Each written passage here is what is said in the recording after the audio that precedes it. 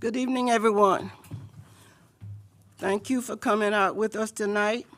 And at 6:31, October 12th, 2023, I will call this City Commission meeting to order. Roll call, please. Mayor James, Here. Vice Mayor Ambrose, Here. Commissioner Gardner, Here. Commissioner White, Here. Commissioner Williams. Here. Thank you. All right, at this time, we will have our invocation by Deacon Henry Zamunda from St. Madeline's, and we will follow that with our Pledge of Allegiance.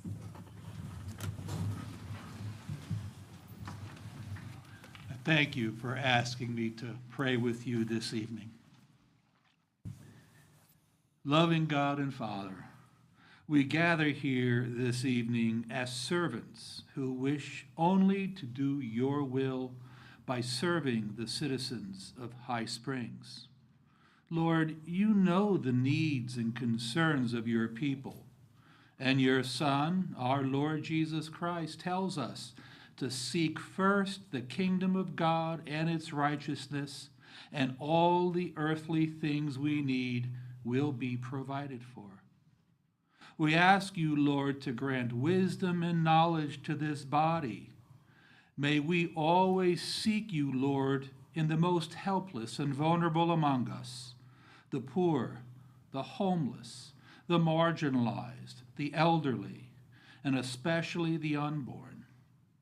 As we prepare to celebrate the coming of your Son as our Savior this Christmas season, may we always be mindful that he will return again as judge at a time when we least expect.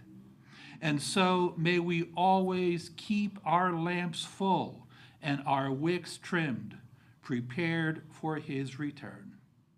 Lead us and guide us, Lord, at all times. In Jesus' name we pray. Amen. Amen. I pledge allegiance To the flag of the United States of America and to the republic for which it stands, one nation, under God, indivisible, with liberty and justice for all. Thank you all. We thank you.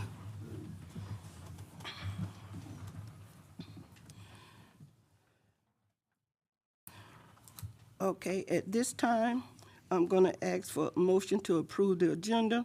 But before you do, under presentations, I'd like to add a third one that will be coming from the Women's Club. So with that, I make a motion we approve the agenda as presented with the addition of the Women's Club as item 3 under E. Second. okay, it's been properly moved and second that the agenda be approved as amended. All those in favor respond with aye. Aye. Those opposed, same sign. Agenda approved, 5-0. Our next item is the approval of the consent agenda. Motion, please. Madam Mayor, I make a motion to approve the consent agenda for minutes of September the 25th, 2023, City Commissioner meeting. Second. All right, so it's been properly moved and second that the consent agenda, which contains the minutes from September 25th, 2023, be approved. All those in favor respond with aye. Aye. Those opposed, same sign. Okay, consent agenda approved. Item E, special presentation. Item 1, presentation of sinkhole activity at Gilcrease Blue Springs Park.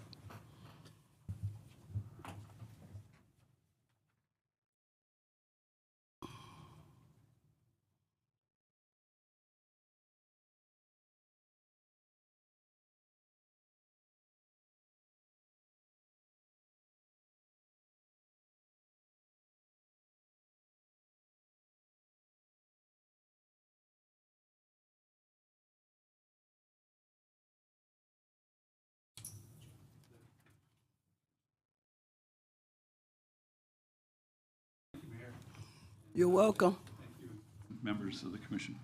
My name is Robert Knight, Bob Knight. I'm the director of the Howard T. Odom Florida Thank you. Springs Institute.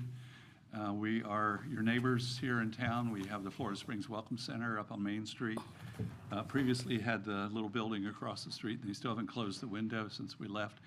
But we love the painting on the wall there, showing that High Springs is really the gateway to the Springs country. I was asked to talk about the sinkhole activity at Gilchrist Blue Springs. I'll go over that very quickly, and I have a few other remarks. Am I controlling this? There. Okay. So Gilchrist Blue Spring is the second magnitude spring. It had an average flow of about 25 million gallons a day. It has for a while. Its actually historic flow is quite a bit higher than that, but its flow has declined because of groundwater pumping in the area. It's a beautiful spring. Many of our springs have gone brown on the Santa Fe River, with tannic water, river water going into them. Gilchrist Blue hasn't done that. It has not reversed. In other words, tannic water has not actually gone back into the aquifer as it has at Poe Springs, Hornsby Springs, and a number of other springs upstream. So Gilchrist is very popular, a popular state park. It was purchased by the Florida Department of Environmental Protection Division of Parks in, I think, 2017, and turned into the Ruth B. Kirby State Park, Blue Springs, or Gilchrist Blue Springs State Park. It's very popular. It's undergoing some renovations, but a strange event occurred on July the 15th, 2023. The spring just instantaneously turned brown. It was a particulate material that just filled the whole spring.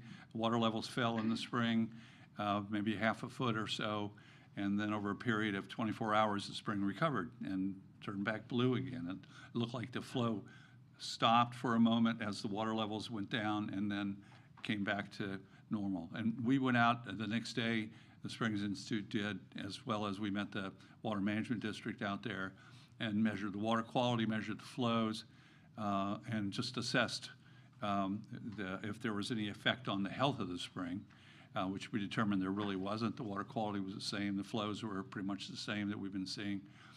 But physically, there was a change in the spring, and what we noticed was that part of the basin of the spring, that is the hole in the ground that you see and you dive into when you go down into where the vents are, where the caves come out, had enlarged during this event. And what the conclusion, we can just go through, I can go through these. There were two major vents, vent 1 and vent 2. And what happened was apparently a sinkhole opened up underneath the spring, not next to the spring, not in the cave that the spring feeds, but actually underneath the basin of the spring. A sinkhole opened up, a classic cover collapse sinkhole, it's called, where there is already a cavern in the limestone, but there's so much weight of material over it that eventually the rock that's holding that weight up eventually can break and crash in, and then the material that's above the rock falls down into that cavern and can fill it or not. But that's the way that spring was created historically. All these springs are old sinkholes, and there were times when they had no flow thousands of years ago, and there's times when they had a lot of flow in the past. But that's just the way springs form. And so what this appears to have been was a cover collapse sinkhole. That's what the spring looked like when it was murky.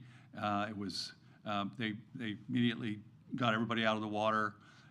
Some people actually got to record videos of all the events and everything. And we had a presentation recently Catherine helped organize over at the Springs Institute. And there was actually a hydrogeologist out there recording the whole thing, which turned out to be really helpful. But afterwards, the basin was larger, and apparently a large amount of sand that was in that basin caved in and went down into that sinkhole. And that process, the finer material in that, just because of the water flowing through it at the same time, just blasted that fine material out, and that's what filled the whole basin. But it was a temporary event. It just was over very quickly. And it doesn't have any permanent consequence other than it's actually enlarged the Springs Basin, which is the way springs grow, actually, if you will. So And the one vent number one was pretty much blocked up initially. It's gradually opening up as flow continues to come out of it. Cave divers who went inside the cave right behind these vents found really no change in there at all. There appeared to be some trash and things that had gone into the spring. It probably reversed momentarily when that cave-in collapse happened, and some shoe and some clothes or something was found inside the cave, but otherwise the cave hadn't changed at all. So we can't see the sinkhole. All we can see is the absence of the sand that used to be there. And so it's just larger now than it was before. That's the slide. So we don't really see any kind of problem for the city or for the county or anything like that related to that sinkhole.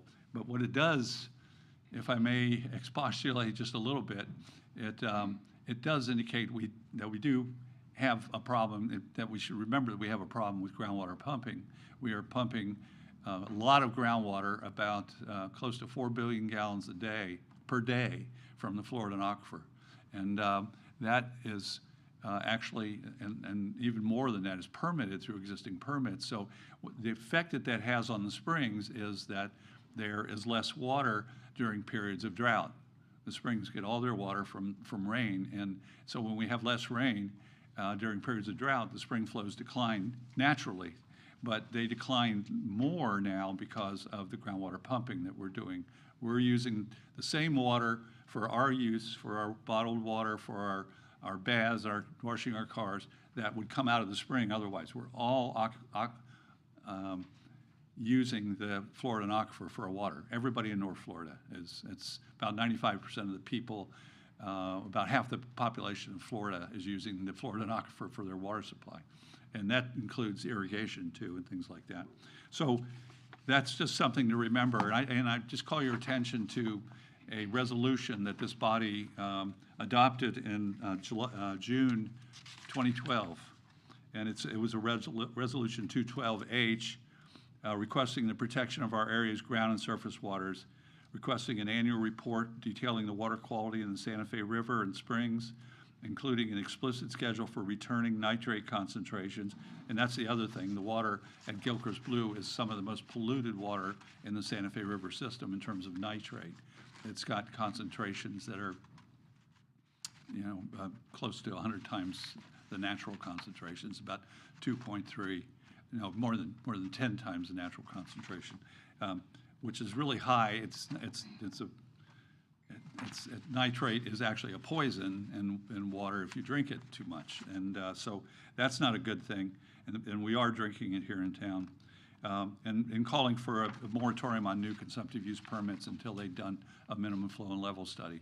And for the Water Management District, there's a whole bunch of whereases, and it ends with whereas the position of the High Springs City Commission is the healthy Santa Fe River and spring system is critical for a healthy local environment, and a failure by the state's water management and water quality agencies to protect these natural resources will cause substantial and irrevocable harm to the economy of High Springs and Alachua County. That's just the thing to remember. This city more and more is dependent on nature-based tourism, and our springs are what we're seeing the people that are coming to High Springs for. So we should all be cognizant of that. You may want to think about adopting a new resolution and going to the state again. The city asked the state to provide the information that was requested. I don't think the state ever responded to the city's letter, which is here. And I can make copies of this if you have any trouble. It's an existing resolution, so if you can't get it, please call me. But that's all I have to say. Answer any questions you may have. Mayor, question? I have one question. Yes, please. You said that we're pumping 4 billion gallons a day out of the Florida aquifer right now. Yeah, that's between us and Georgia. The Florida aquifer extends into Georgia, South Carolina, and west to Alabama. And so the total pumpage estimated by the U.S. Geological Survey is about 4 billion gallons a day, which is roughly a third of all the average recharge to the aquifer. So we're pumping about a third of the water, and that has reduced the spring flows by about a third overall. But that also presumes that all consumptive use permits are not pumping to their legally allowable maximum. It could be more. Could be more. Yeah, and during a dry year, it's much more. So when we have a drought period, which is the time when we have the least recharge of rain to the aquifer, is when we pump the most, because for irrigation, we irrigate more during those dry periods. That's correct, and that actually, during the driest years, there's essentially no net new water going into the aquifer, but there's a lot of water coming out of the aquifer during those periods. We saw that. The last event I think we had was what was the hurricane in 2017?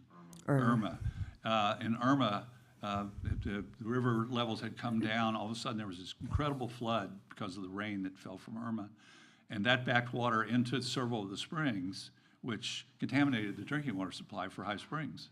We had to shut down the drinking water supply for a period of time. And that is just going to happen more and more frequently if we continue to issue more and more groundwater permits. And it can always happen again just during a really dry year. And 2012 was the driest year that we've got recorded, and the whole Santa Fe River stopped flowing above Ginnie Springs during that event, during that drought period, which once again was ended by Tropical Storm Debbie, which reversed the flow in the springs. And Poe Springs has never recovered from that. Poe used to be a blue spring also, for any of you that are as old as I am. It was a blue spring, and it's not anymore. It hasn't been since 2012. So I hate to see that for our next springs downstream, which are Gilchrist Blue is the next one downstream, and Ginnie is just downstream for that. And those two spring systems are a really big part of our economy here. Any other questions? You done? Okay. At one time, the idea of the water management districts was, thought to be pretty revolutionary, and, how you'd manage water based on watersheds. We don't issue consumptive use permits. Water management does that. Do you see any hope that they will become less politicized? They used to be very science-based in making their policy and decisions, and now they seem to have a lot of science. And I know I'm putting you on the spot. You provide data and what have you, but you do good work. The Institute does good work. They have good information, and then it always seems to they continue to study their results, and they wait for a final ruling, and they're told that they have to have hands off to certain users, and that doesn't get us anywhere. So do you think there's hope that the vision of the water management districts will have any life left in it, or are we kind of really stuck? Well, that's true. The science that we're doing and the U.S. Geological Survey is doing indicates that we're pumping way beyond the amount of water that a healthy environment needs. And so, but the district doesn't agree with that. They've done minimum flows and levels. 2015, they did the first one for the Santa Fe River, as we requested in this 2012 resolution. And it found that the Santa Fe River was already in harm and could not have any more groundwater permits issued. And yet they continue to issue permits. So there is this political blinder, if you will. What I hope, my only hope is that organizations and cities like yours and like ours will stand up and raise enough of a ruckus that our state government will indeed enforce the laws, which say that the environment has to be protected, and that's the first share really goes to the environment of the water, and the second share, whatever's left over, is what we get to live with, and which is actually quite easy because we have so much rain on normal conditions. And also in the nitrate issue, I mean, we're so far beyond the health of nitrate, both for the spring and for ourselves, that it's really scary just from a public health standpoint, and the state won't acknowledge that. So, but I think cities need to stand up and do resolutions like this and have a voice. And the League of Cities is a very powerful organization in this state, and the League of Counties too. And I've spoken to both in the past. Helen White, the former mayor of White Sulphur Springs, got John Moran and I down there, and we spoke to him. And the cities they responded to what we said, but they didn't do anything about it. And they have their own staff. It's almost like part of the state government. So they work for you, they work for you, the cities. And I think that if you can influence the state and your own association of cities, then you can actually make a difference. Mayor, if I may, one more question. We have slated a large subdivision here that will increase our water use. It'll be over a period of time that it's built, but what kind of impact do you think that kind of increase in groundwater extraction could have on the health of the Floridan? Well, it's the same thing. Anytime we use more water for ourselves, there's less water for the springs. And it turns out that in terms of springs health, the flow of the springs is the most important factor governing the health of the ecology in the springs, the animals and plants that live in the springs, and we've documented that very well.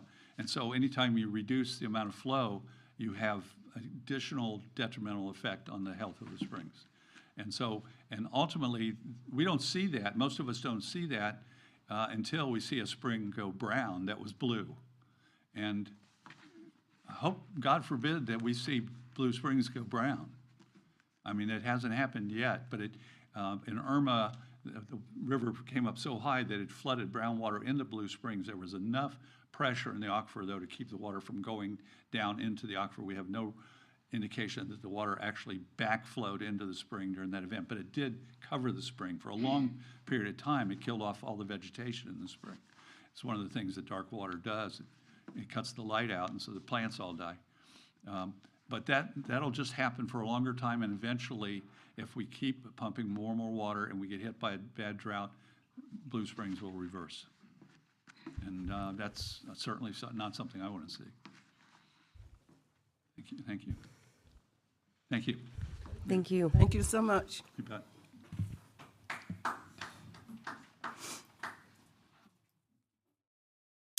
All right, our next item is proclamation for Children's Trust of Alachua County.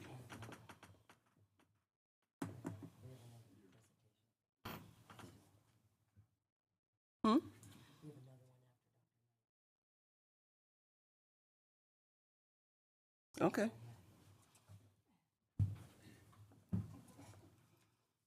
This is the second part of that. My name's Gregory Owen. I'm a senior planner with Alachua County Environmental Protection Department. And today I'm going to talk a little bit about the county's spring restoration projects, strategies, and tools. So we know there's two sides of the coin, really, to our springs health. One is water quality, and the other is water quantity. So as Bob mentioned, Dr. Knight mentioned, we're seeing less and less water coming out of our springs, even when you account for rainfall.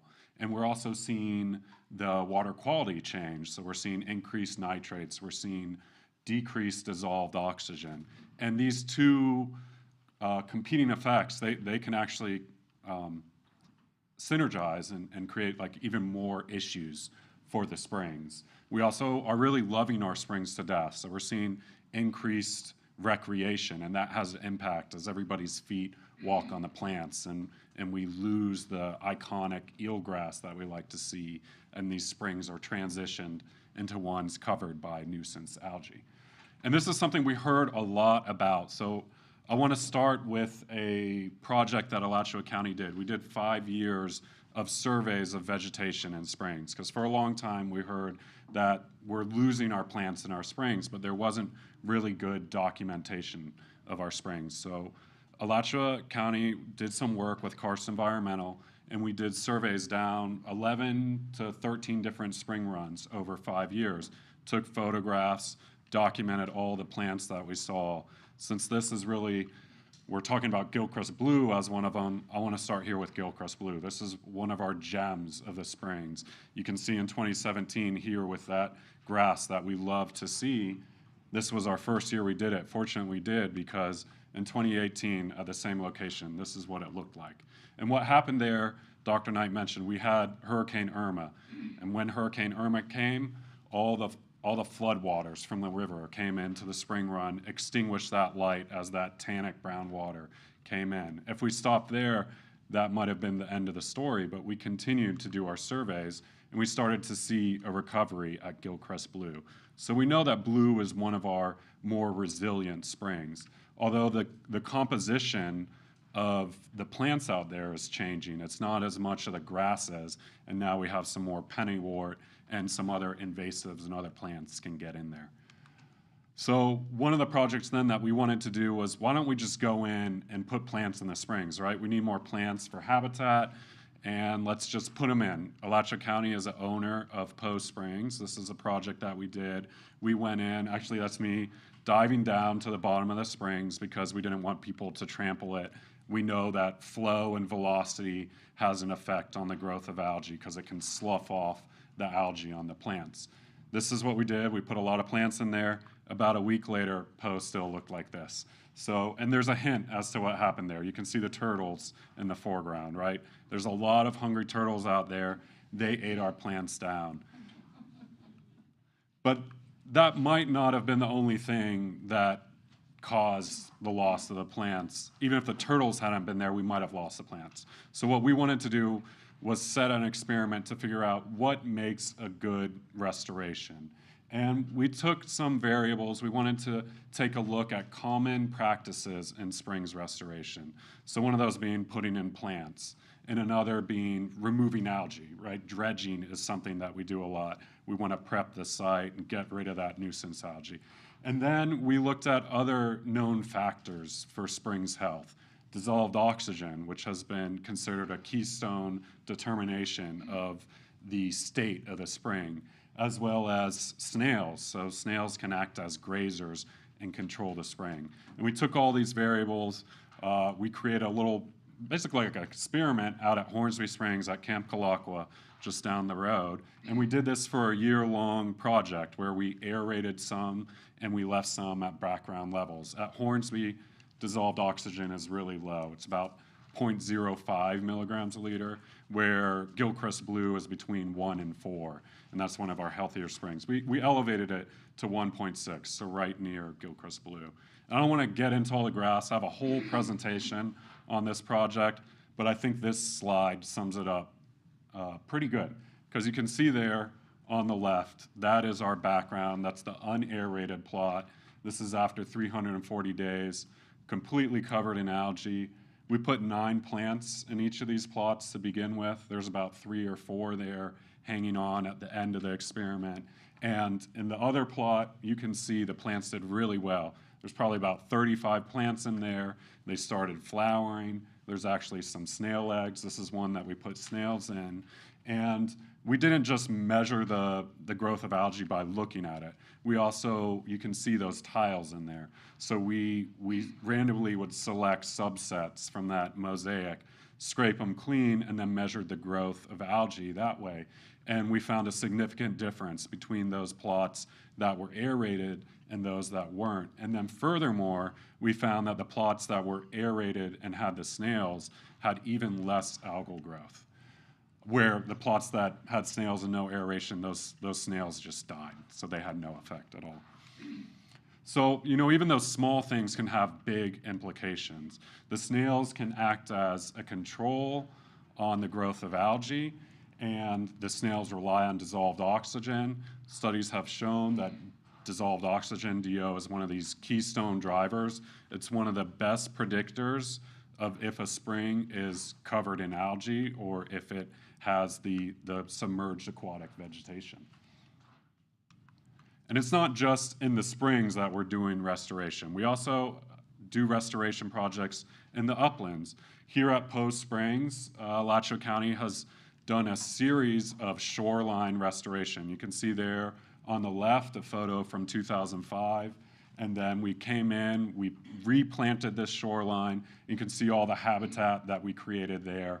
We also now can prevent erosion into the spring and into the river by having that kind of habitat restoration. We've been really successful at doing subsequent restoration projects out at Poe Springs. Now, I want to jump into some of the regulatory tools that Alachua County takes, and just for some context, I want to remind you about the minimum flows and level. So the Swanee River Water Management District did set a MFL, minimum flow and level, for the Santa Fe River and found that it wasn't meeting what we needed for the environment. It is in recovery, and it's gonna take some really aggressive water conservation measures to get that river back to the state that we want it to be. Alachua County does have their own irrigation regulations. We limit watering to 2 days a week and then 1 day a week that we're moving into with the time change. And we actually do enforcement of this. So we drive around in high-use neighborhoods, and if we see people watering on days that they're not supposed to, they get a warning letter. If they continue to water, they might get a citation. I think we have issued a citation in the past for people that just refuse to let go of their irrigation. We also have every new development that comes in that puts in an irrigation system, they have to go through review because not more than 50% of that permeable area should be irrigated. And this is really important because we know that 60% of our water usage is on our yard. And every new development that goes in, they're basically putting in, they all come with these irrigation systems. So that adds up to a lot of water usage that's just going out onto our yard. And finally, it's not just the water quantity, right? It's the water quality. So we have our fertilizer code, because we have seen nitrates go up in springs. We know that nitrates in our waterways can lead to the growth of algae, and we want to prevent those nitrates from getting into our groundwater, from getting into our waterways and our lakes. So we did set up, we have a blackout period now. That's July to February. You should not be putting fertilizer on your yard. We also have signage at every point of sale, so if it's during a blackout period, people know and can think about when they're using their fertilizer. And as I mentioned, 60% of our water usage is on our lawns. And just to give you an idea, every time that you run an irrigation system, that is equivalent on average of spending 8.25 hours in a shower, leaving your faucet running for that amount of time. 37 loads of laundry. So this is from H2O Save with UF IFAS. Here's another little screenshot there that's down on the map. On the bottom right is a picture of a neighborhood, and we can get data about water usage in certain neighborhoods. So we know who are the high water users, where are areas that we should do our irrigation enforcement or our outreach to encourage water conservation.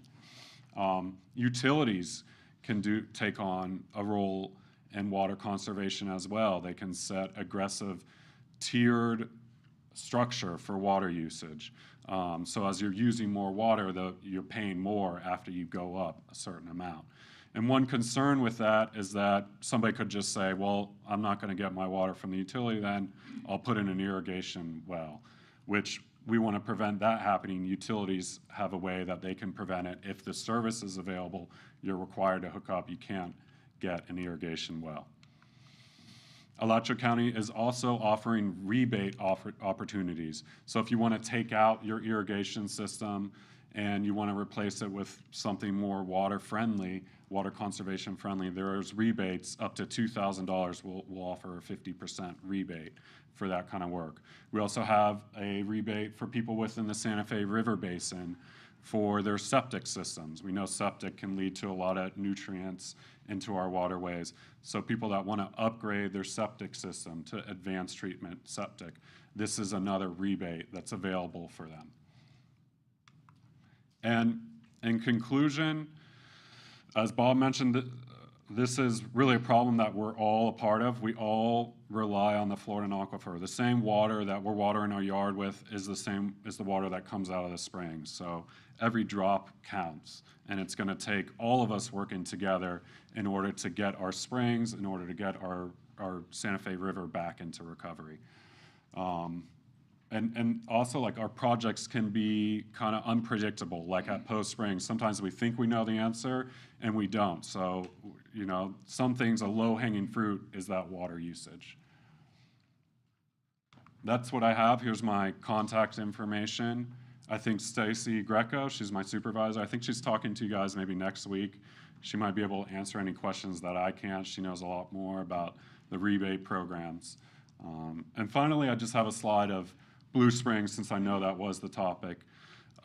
This is a map cave system. They've mapped thousands of feet, so this is a really extensive cave system. That's pretty cool. Thank you.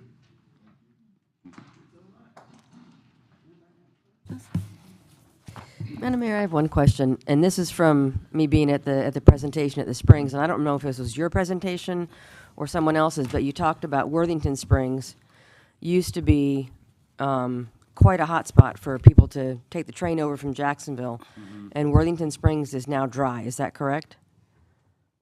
Dr. Knight? Yeah, Yes. Dr. Knight is the one that probably presented that, yeah. Okay. So, I mean, that, in terms of the lifeblood of our economy here, the Springs health is paramount. Yes, yeah, and what I mentioned as well is we're seeing these increased brownouts, like the duration of the brownouts that are occurring that happened at Blue Springs. We're seeing that's occurring for longer periods of time, which is going to have an impact because it can kill the plants, it can lower dissolved oxygen, which we know the animals rely on, and that can have a cascading effect. So the water quantity is really a big issue that we need to address. Yeah. Thank you. Thanks. Anyone else? Okay. Just, so you would support a governmental body increasing the requirement for a high percentage of native plants versus things that require irrigation, correct? Yeah, absolutely. All right. Makes sense. Okay. Thank you. Thanks.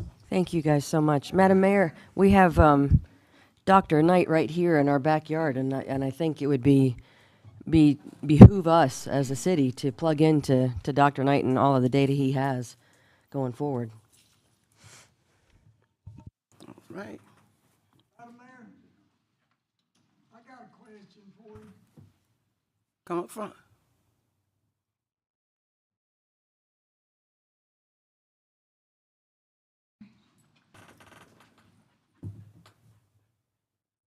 Well, I agree with everything that they said, but I got a question. If you've been to Post Springs, we went out there and a good part of Post Springs, hey, will you sit down and shut up or go get in the truck? What you wanna do? Sit down. When you go to Post Springs, you got a problem with prickly pear. You know what a prickly pear is? And y'all aren't doing nothing about it, and people can't use it. And anybody that knows anything about prickly pears, the reason prickly pears and like sand spurs and all come up is because the land's poor. The land is poor. And the only way you can get rid of prickly pears really is by digging them up and piling them up and burn them. Got to burn them. Now, you said something about you don't want people to use fertilizer and stuff like that, and they get in the water system. Well, Excuse me, I thought you had a question. You said you had a question. I did. My question is, what are they gonna do about the prickly pears? That's the question. Where people can enjoy the place out there. And they said, well, you don't know what you're talking about. We did a couple reenactments out there. And when you got killed, or you come off your horse or something like that, you'd end up in them prickly pears. And we went out there and dug a lot of them up, but I mean, there was so much of them out there you couldn't. My question is, what are they gonna do about the prickly pears? All right, do we have an answer for his question, or does that need some research? Yeah, that might need research. That might be an answer for the parks. I know that upland area has a lot of prickly pear that expanded. I also know that the gopher tortoises and stuff do eat the prickly pear. Okay, Thank you, Madam Mayor. all right, you're welcome. Okay, now we ready? All right. Thank you so much for your information. Okay. Now let's do our proclamation for Children's Trust of Alachua County. Madam Mayor, I'll go ahead and read this. Okay. Whereas the Children's Trust of Alachua County stands firmly committed to the investing of quality after-school programs because they provide safe and engaging learning experiences that help children develop social, emotional, physical, and academic skills. Whereas After School Alliance organizes the Lights on After School Rally and is celebrating its 24th annual national celebration on October 26, 2023. Over 1 million people will join the rally across the nation to underscore the importance of after-school programs for children, families, and communities. After-school programs provide critical support for the academic growth and well-being of children and youth and offer new experiences and opportunities that help young people learn and thrive. After-school programs have been proven to reduce the risk of juvenile delinquency and enhance overall academic performance. After-school programs provide a safe, nurturing environment for children to engage in enriching activities, academic support, and social interactions. These programs foster creativity, critical thinking, and teamwork skills that contribute to a well-rounded education. These programs offer working parents peace of mind knowing that their children are engaged in constructive activities during the crucial afternoon hours. Now therefore, City of High Springs, Florida proclaims our unwavering support for after-school programs and recognizes the vital role the Children's Trust of Alachua County plays in the holistic development for our children and youth. We encourage continued investment in these programs to ensure that every child has access to the opportunities that will shape their future success. Dated this day of October the 11th, 2023, Gloria James, our mayor, and attested by our city clerk, Angela Stone. The appropriate motion is to pass the resolution proclamation as read by its entirety. Sorry, it's October 12th. Awesome. We got it. Thank you. Yes, ma'am.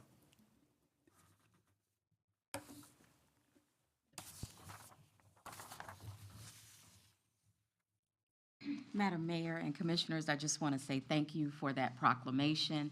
Thank you for your support of the Children's Trust of Alachua County. And we hope that you will join us on October 26th at Camp Kalakwa, where we will be celebrating our Lights On After School. We hope to see lots of families and lots of children from here in High Springs. Again, thank you. Thank you. Okay. With that, we have a presentation from, Do we need a motion on that, or do we not need? Can't hurt. go ahead, you can do the motion. So I make a motion, we adopt the proclamation as read. Second. Okay, it's been properly moved and seconded that the proclamation for the Children's Trust be approved. All those in favor respond with aye. Aye. Those opposed, same sign. Proclamation approved. Hi, I'm Sally Milner, the president of the High Springs Women's Club.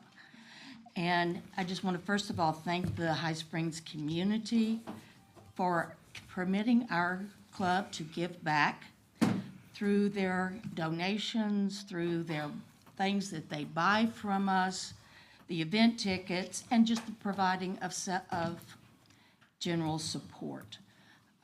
We've been in existence since 1899, and and because of the support we get, we are still going strong. Now, I would like for Chief Shepard to come up here. Recently, we asked the chief where he needed help. He told us he needed money toward a police dog. Well, now, no, we're good, but we can't come up with $8,000 to help him.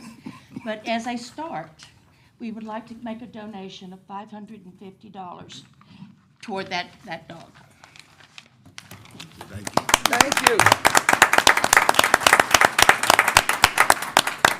And thank you on behalf of the High Springs Police Department, ladies of the Women's Club. They have been so supportive of our agency my entire career here for 23 years. So thank you so much. Because we have the best.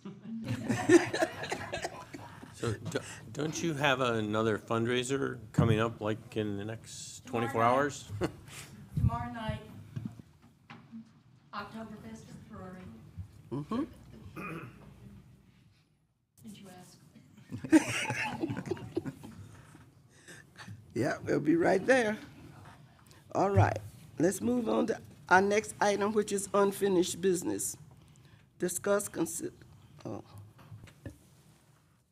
Madam Mayor, the next item is an ordinance that's mandated to you by the state. In our past legislative session, the state mandated through a statute that every time that you pass an ordinance, you have to look at the economic effect the ordinance has on local businesses. So whenever we're doing an ordinance, this allows you to do so. This ordinance also allows you to pass on the cost of that if there is a business that is requesting the business impact estimate, then the study that's conducted could be passed along to the entity that is asking for the estimates. So that's what this ordinance does. There's a number of exceptions that are related to this. If it's a planning matter, if it's an emergency matter, if it's matters as to the administration budget of the city, that is not, those are exempted from this ordinance. But otherwise, we need to have a provision that allows for the assessment of an economic impact. And with that, Madam Mayor, I'll read this by title only. All right. This is an ordinance number 2023-12, an ordinance of the City of High Springs, Florida, implementing the state's statutory mandate to prepare business impact estimates prior to the adoption of proposed ordinance pursuant to Section 166.041, subparagraph 4 of the Florida statutes, providing findings, adopting business impact estimate procedures, requirements and exemptions, and providing severability, conflicts, and an effective date. Appropriate motion is to pass ordinance number 2023-12 upon its reading by title only. All right, any questions here? Madam Mayor, I have one question. Mr. Walker, you said that this allows us to pass the cost of preparing the business impact to the person asking for an ordinance. Right. That makes it a little better, that we don't have to shoulder all of that financial burden. That's what this ordinance principally does. But that would just be if an outside entity was asking for something, not if there was an ordinance that came from within. Correct. Okay, thank you. Any other questions? Any questions from the audience? Okay, with that, I'll entertain a motion for this. Madam Mayor, I'll make a motion that we adopt ordinance number 2023-12. Second. Okay, it's been properly moved and seconded that ordinance 2023-12 be approved. We have roll call, please. Mayor James. Yes. Vice Mayor Ambrose. Yes. Commissioner Grunder. Yes. Commissioner White. Yes. Commissioner Williams. Yes. All right, ordinance passes 5-0. All right, at this time, I'm going to open it up to the floor and ask for citizens requesting comments for issues that are not on the agenda. And please state your name for the record and limit your comments to 5 minutes, please. My name is Michael Casey, and I got a handout for you so you can keep me on task, and I won't run over my 3 minutes. Okay, I'll stay on point. Right. The reason I'm here is we would like to request help from the city about the highway, US Highway 27 North. Thank This you. highway right here is kind of like a racetrack as you leave town here. Just before the funeral home, the speed limit starts increasing. And there is a map in there, okay? It's not the scale, but it does show you the speed limits exiting and entering this village. And I'm only talking about this highway going that way. So, down this highway, when we do understand this highway is not the city's jurisdiction. We have heard that many times around the town, that these are US highways, they're under state DOT. As this city continues to grow and the boundaries continue to expand, our city limits go all the way to the river out here. So this 27 goes all the way to the river in this city. And there's a number of residential, commercial, business growth down that highway. And there's new church being built out there.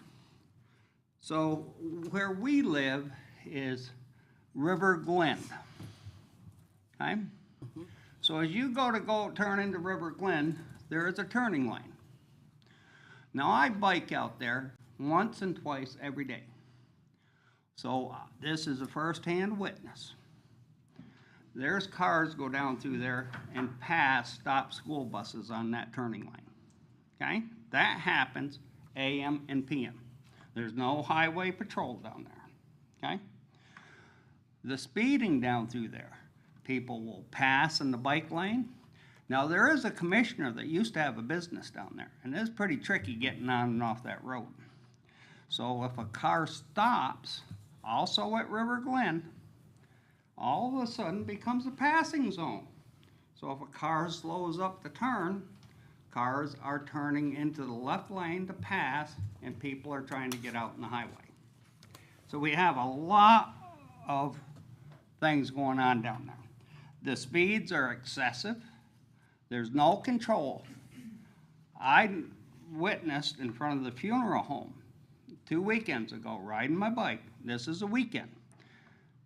A commissioner trying to get out in that highway, and that was difficult because people just speeding down through there, and there's no control. It's unsafe for the residents, the commercial people, so I don't have to read this to you folks. There's numerous attempts of people trying to pass. So the map is attached, but biking, nice thing about biking, you get to observe. So I biked down 340 and Cinnamon Hills coming into town. Anybody know what the speed limit is at Cinnamon Hills? 40 miles an hour. 40. Okay. It's 55 out here. It's 45 at the funeral home. Okay? There's a big difference. Do I see quite a few High Springs patrol out on 441 and 340? Yes, I do. We don't see them down here. But that I know is a big area.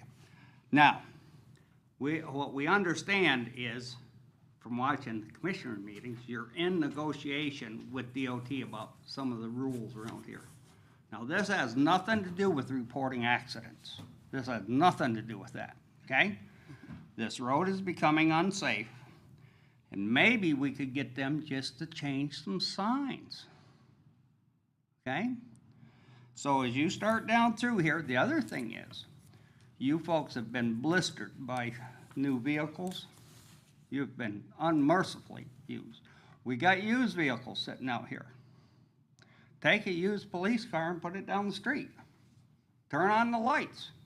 I bet you it'd slow them up in the morning. It would keep me out of the ditch on 27. Put the fire department's old vehicles down there.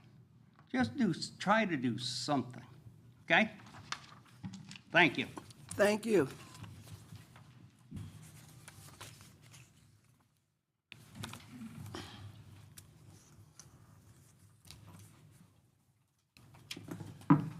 Bob Watson.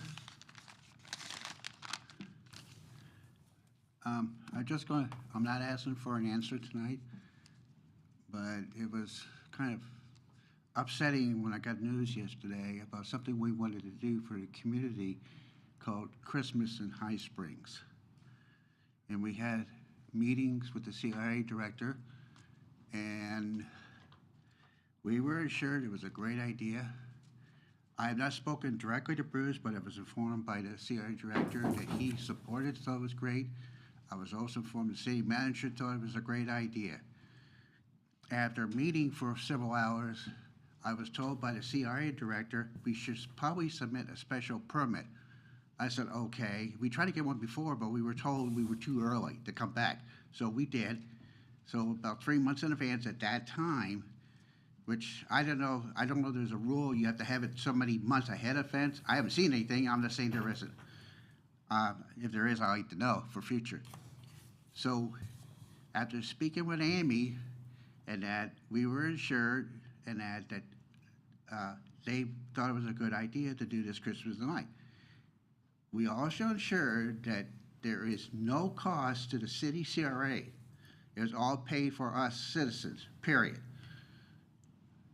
for the displays. We have a lot of props to display already that I have, and we're going to use those, and we were going to get more. We asked that we know by October 17th, but we're willing to change that. And the only reason we're asking that is if you bid in, the good stuff goes quick. And since we're buying it, we like to get the good stuff. Our goal is between 8,000 to 10,000 lights, a nice light show. And we provided, if there is some electric, we would reimburse the city for whatever that would be. We also would have a generator for some of the supply as well. We would supply that and then whatever it requires with that. We spoke, I'm speaking with the CRA director, Amy. I mentioned about the tree lighting in the parade. She said, no problem. And she said, I'm also with Bruce, and I've never spoke to Bruce, so I don't know. I'm only getting information from her. So I could be wrong, that they thought it was a great idea because they're doing stuff downtown, and what we were doing just enhanced the whole thing. So we said, great. I said, what are my chances? She said, it looks pretty good because there's no money involved. Or help or staff or anything. We're doing all of that. And we just thought that to really enjoy this Christmas, I know things are tough for a lot of people, that the families and the kids could come and walk through the thing and see the lights. I have references where I've done it before, and it's been on in the news and that. I've also been talking to one of the radio stations, and they're willing to put like a little commercial free of charge, newspapers and so forth. We said we would design the flyer, but get city approval on the flyer, because we're working with the Kiwanis Club October 28th for the pumpkin thing down at, I guess they call that the green area. So we would like to have a flyer approved by who has the CRA or who has to approve it, so we can pass that out to let people know. So that was our goal. But then I got news just the other day, it was turned down because we didn't turn it in soon enough. And when meeting with Amy, I said, should we do a special permit if I'm calling it right? And she says, well, let's just do it, be safe. I said, okay. So within 24 hours, I got the application with maps and detail back to her. I was told to drop it off at the City Hall mailbox where people pay bills. And I got the city manager secretary, and yes, they got it, and they would say they definitely would give it to Amy. After that, I don't know what happened. So with all that being said, we talked about the tree lighting and the parade because of the chamber putting on, and we said we would work with them and it would enhance it.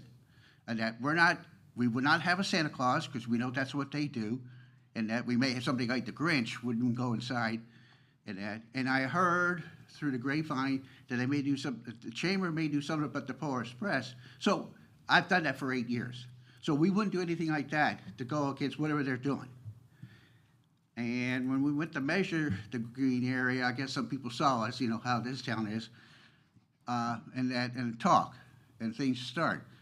But all I'm requesting is we have a meeting with the city manager and CRA director so we can maybe resolve this matter so we can have the children and the parents enjoy a wonderful Christmas this year. That's all I'm asking. Thank you. May I respond? So I just received, it's either yesterday or the day before, information about this. I had not received it. And so anything that's done at Christmas needs to be coordinated with the chamber, as you know. So we will have a meeting with you. I can't promise anything because I need to get, okay.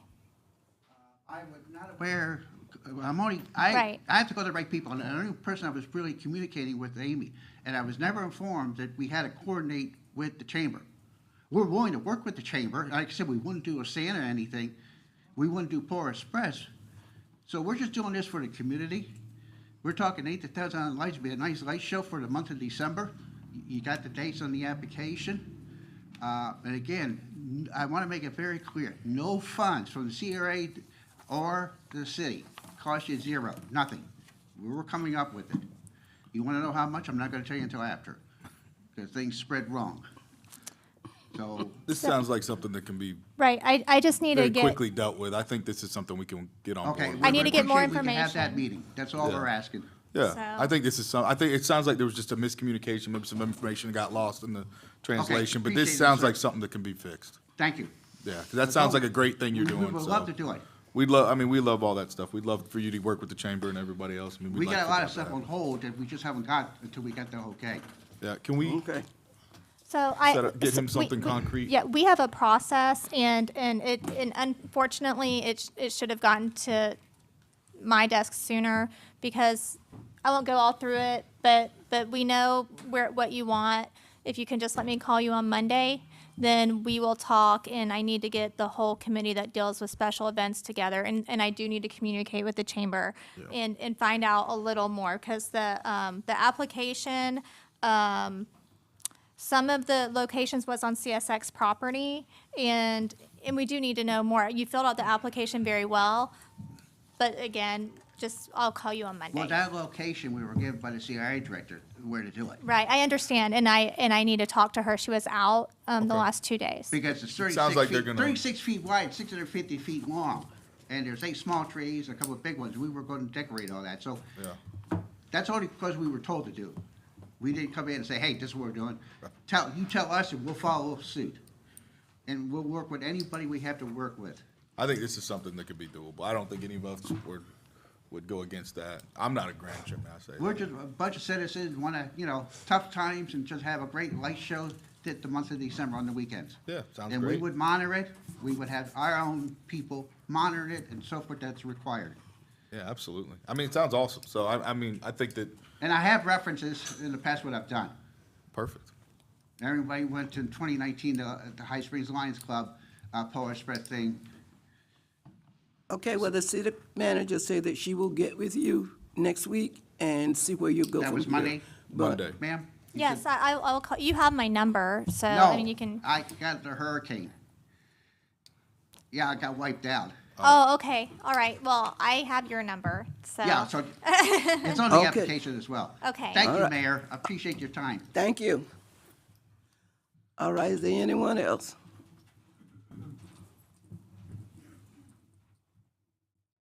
David Lynch. I gave each person a piece of paper. Let's look at the piece of paper. This is from the Gainesville Sun, September 17th. City set to ban open containers. Let's read the parts that are underlined in red. Drinking alcohol publicly outdoors is one step closer to once again being banned in Gainesville. Most of those who voted in favor of the ban cited gun violence and safety as the primary factors in their disdain. So this shows that alcoholic beverages are associated with gun violence and safety. And don't forget that according to the World Health Organization, alcoholic beverages kill over 8,000 people each day worldwide and are responsible for 5% of the world's disease burden. But yet the commissioners persist in allowing High Springs Brewing to use the High Springs name to promote alcoholic beverages. Moving on to a different subject. The people of High Springs want to keep High Springs as a small town. I urge the commissioners not to approve any more large developments. Each new house that is built takes water away from the springs. Thank you.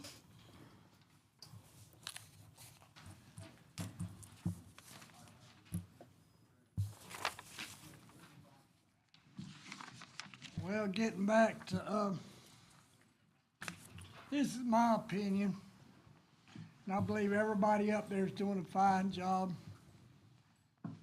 Chief's doing a fine job, the fire chief, everybody. The man back there, his crew's doing a fine job. I can tell you the problem right here. Y'all were paying all the bills. Y'all hear what I said? Y'all were paying all the bills. This man's having to work 48 hours to clean up. The chief over here, 48 hours to clean up. Y'all are paying all the bills. The problem is Chamber of Commerce are telling y'all what to do, and y'all are doing all the work. If there's nothing else, why don't you put it on the agenda, the vote? The people of High Springs to vote. Do we need the Chamber of Commerce running the Christmas parade and Pioneer Day, or the city's doing all the work? They do it. Okay? That's where I go there. But anyway, I'm against it. And why do you have so? I've had trouble with them telling me I can't be in a parade or get my horses and get out there. And I've been in the parade since 1997 every year. But anyway, they're all doing y'all are doing a fine work. Okay? Another thing there that happened, and I know when the chief got the call, he said, oh no, what has he done now? But I was up there at Bennett's Hardware, and the man wasn't even from around here. He was from Keystone Heights, and he threatened and almost jumped on Mr. Bennett. And then I said something to him. He said, well, come in. Oh, man, you're next there, too. And he got up about that far from my face, and I'd already picked up a rock and all that. But Officer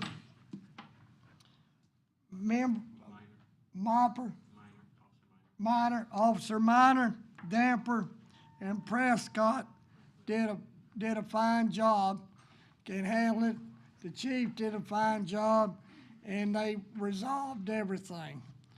Okay, now my last thing is, Madam Mayor, and Mr. Ross, I'll just call you Ross, I might mess up your last name. You all know me good enough already now. If I don't like something, I tell you. But I'm not here politicking, but I think y'all are doing a good job. Y'all are doing a good job. And talking about Ross put High Springs on the map. Did you hear what I said? He put him on the map. He's the one who brought Wes Giles in here, made all these big movies and all this, and did all this spring stuff and all that. And ever since I'd known Madam Mayor, she was born and raised here. She went away for a while, but she came back and she went to work. So I'm real pleased about that. And another thing there, Ross, I got all upset. I don't like people making up lies. They quoted you saying that the Priest Theater was through. We wasn't going to do the Priest Theater. I called up, it was the University of Florida, got a radio station, television station, and it was a student, wanting big publicity. But everything she said is lies, and we're going to save that Priest Theater, ain't we, preacher? We're going to save the Priest Theater. We're going to save it. And anyway, there, I think you're doing a good job, and I've already talked to county commissioners about helping out, but I can't do nothing. Y'all gonna have to get somebody to go up there and bring it towards them. Me getting up there talking, that's just like talking to this dog here, and he don't listen too good sometimes. But anyway, y'all got to do that. I've already got the U.S. Congresswoman. They're getting ready to come on board. because me and the chief and assistant city manager, we go back, the Priest Theater really goes back to 1884.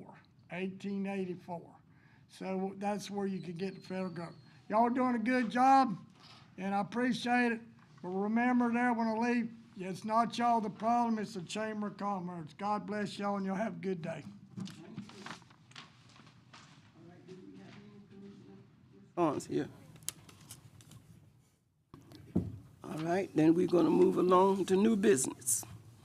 First item under new business. Madam Mayor, this is an ordinance which is abandoning a certain road right-of-way in the city, and I'll read this by title only. This is ordinance number 2023-13. An ordinance of the City of High Springs, Florida, providing for the vacating and abandoning of a certain platted undeveloped public road right-of-way, the south half of Whitlock Street, and alleys lying within Block M in Columbia Heights subdivision, within the city limits of the City of High Springs, Florida, repealing all ordinances in conflict, providing an effective date. The appropriate motion is to pass the ordinance as read by title only. Thank you. Yes, ma'am. All right. Okay, may I speak, may I talk to Yes. this man? So this property is just north of Tractor Supply and south of Boat Ramp Road. It's in Columbia Heights subdivision, but it's a commercial property along US Highway 441. So the request is to abandon the half of Whitlock Street. The other half has been abandoned to parcel number 90 to the north, and the alleyways. The reason why is so that the property can be developed. There's a business interested in going there that would provide some nice services to the community. And so staff is recommending that this ordinance be approved and the right-of-way and alleys and be vacated so that this can become one parcel. And then the business will be coming forward if approved with a site plan. Okay, thank you. Questions? Madam Mayor, Comments, yes, please. concern? So I just want to make sure that I'm aware, the applicant is the current landowner. Is that Yes. correct? Okay, thank you. Oh, yes. I'm Cole Sawyer. This is Judy's my mom. She was able to tonight, but I'm here on behalf of her. We bought this property and we didn't realize that there was a plat that had been drawn up in 1925. It was actually like hand drawn on a piece of paper. And so it's basically made the entire piece of ground completely unusable.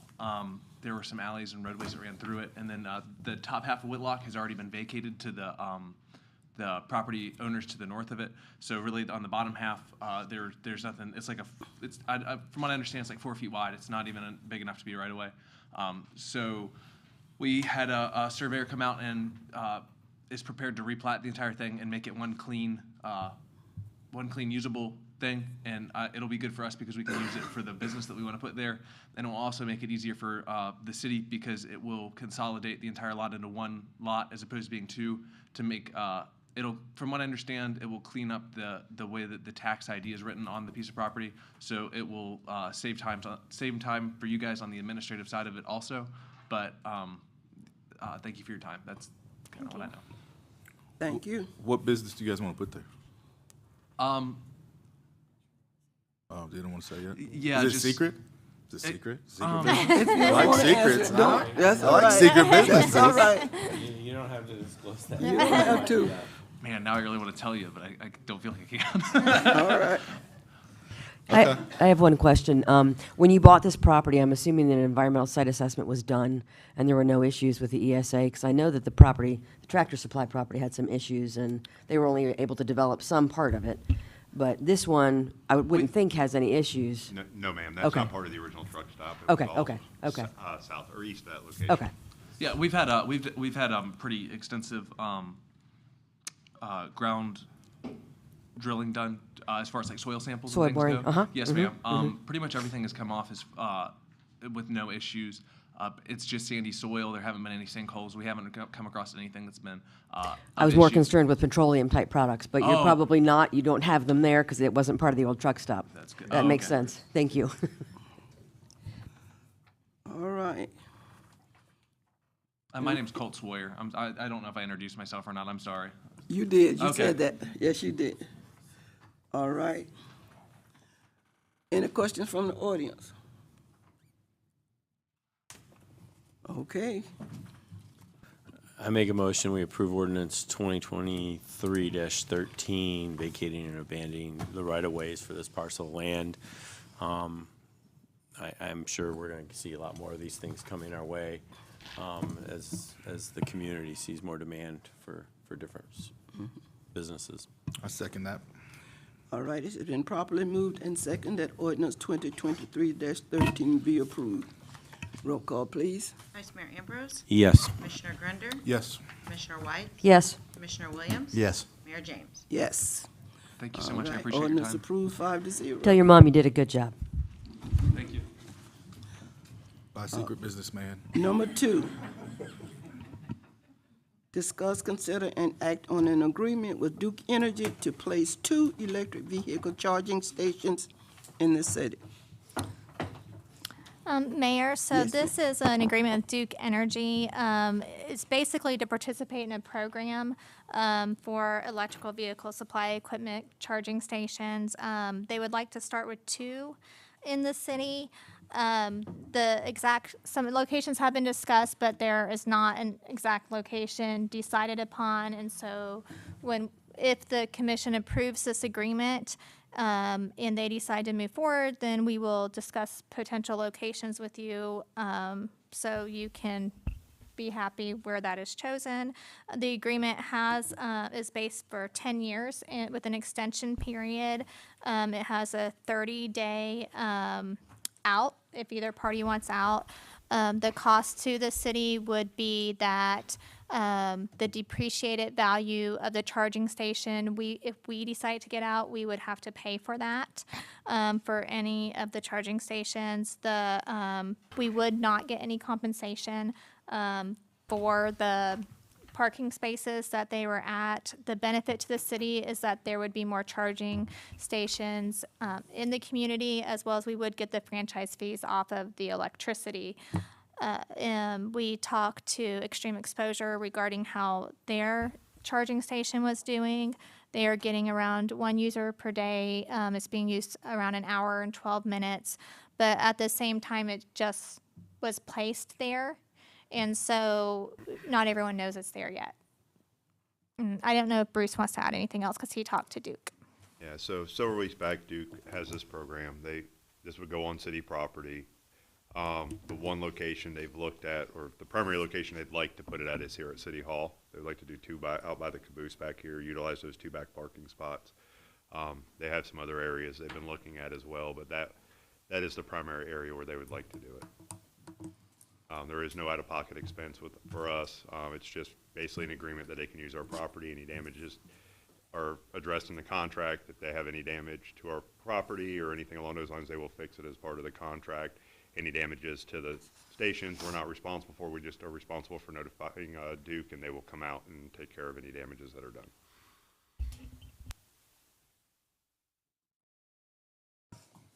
Looks like a good contract they put together.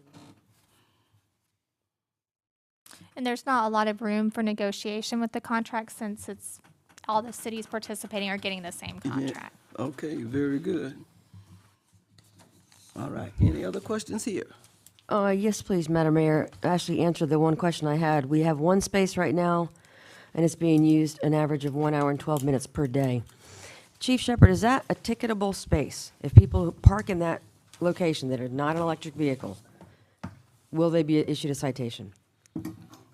So you kind of got me off Sorry. cuff there. So Sorry. I don't think so, unless you put some type of signage and maybe you stretch it with, but I don't think so. I would have to research. My colleague is saying no. I don't think so either. Okay. We don't touch that either. And the contract, to me, looks like it's pretty much all in favor of Duke. There's really not a lot in this for the city. What's in it is basically that we would have the spaces for people who wanted a station, and then we would get the franchise fees. But obviously, they're not going to be a ton of money just off 2 parking spaces or anything. So it's just if y'all want to decide if you want some more charging stations in the city or not. Well, I thought when we approved that one in front of the dive shop that they had originally wanted 2 there. Do they not want to do that anymore? Do you know? Approach them with it. They still, I'm assuming they still want to do 2 there. We didn't actively pursue this. This is a new program Duke's rolling out. They hit us up and said, hey, we think there's some good areas we'd like to put these out at with the popularity of electric vehicles. And we looked at a couple sites and asked them to send it over, and we'll send it to y'all to make it a final determination. And there is no out-of-pocket expense on our end. It's not going to cost us anything. We don't have to do anything at all other than sign a piece of paper and say, yeah, you can do it. We just got to leave Or it there no. for 10 years, right? Yeah. At the end of the 10 years, they'll remove it if we want it removed, and, Yeah, they're responsible for all of it. It's their equipment. okay. And the other side, if if it's going well and they'd like to do it, they do another contract. Right, or they'll put more in, or if they decide to abandon them, let's just say they're done and they're still usable and they don't want to deal with the program anymore, they can turn them over to us. My question is on the spaces. Why wouldn't they do closer to a main corridor like 441? Because they need to do it on property they have access to. So city property, having a local agreement with us, since we already have a franchise agreement with them and everything else, it's an easier process than trying to go through a private company and utilize their property. I just don't see it getting a lot of use tucked back here. I mean, once people know it's there, it'll There get you go. used. It That's would be my opinion, especially with downtown. I mean, there's other city areas they've looked at as well, that we're trying to work on with them. That was just one area that they really liked back there. So, we're still open for suggestions on other locations, and they may want to do more than 2 once we get things rolling, so. But again, they also had to look at what power's coming in, what transformers were available, and with the city hall being on 3-phase power and stuff along those lines, the power grid's already there, so there wasn't a whole lot of upgrades for them as well. So when everybody is at work at City Hall, are there empty spaces? The majority of time there are. I mean, there's always when we get busy with a commission meeting or, we have some odd meetings every now and then, but most of the time there are empty spaces. But, then we do have events and things at City Hall, sometimes where the parking lot is used. So there will be times that they would not be allowed to be used, but they're few and far in between. All right, any other questions? But again, we can bring the location to you if it makes you more comfortable before we permit them to go anywhere. If you decide I to would approve prefer this. before we went ahead with the contract, we had a more concrete idea of exactly what they wanted. I think what it is on the location, they're gonna try to start somewhere and then see how successful it is and then maybe add more. And that's why when I talk to them or Bruce talks to them, we can have them, I can make it very clear. They can't just go in somewhere on their own. They have to still get that approved. Yeah, they will have to get approval no matter where they go.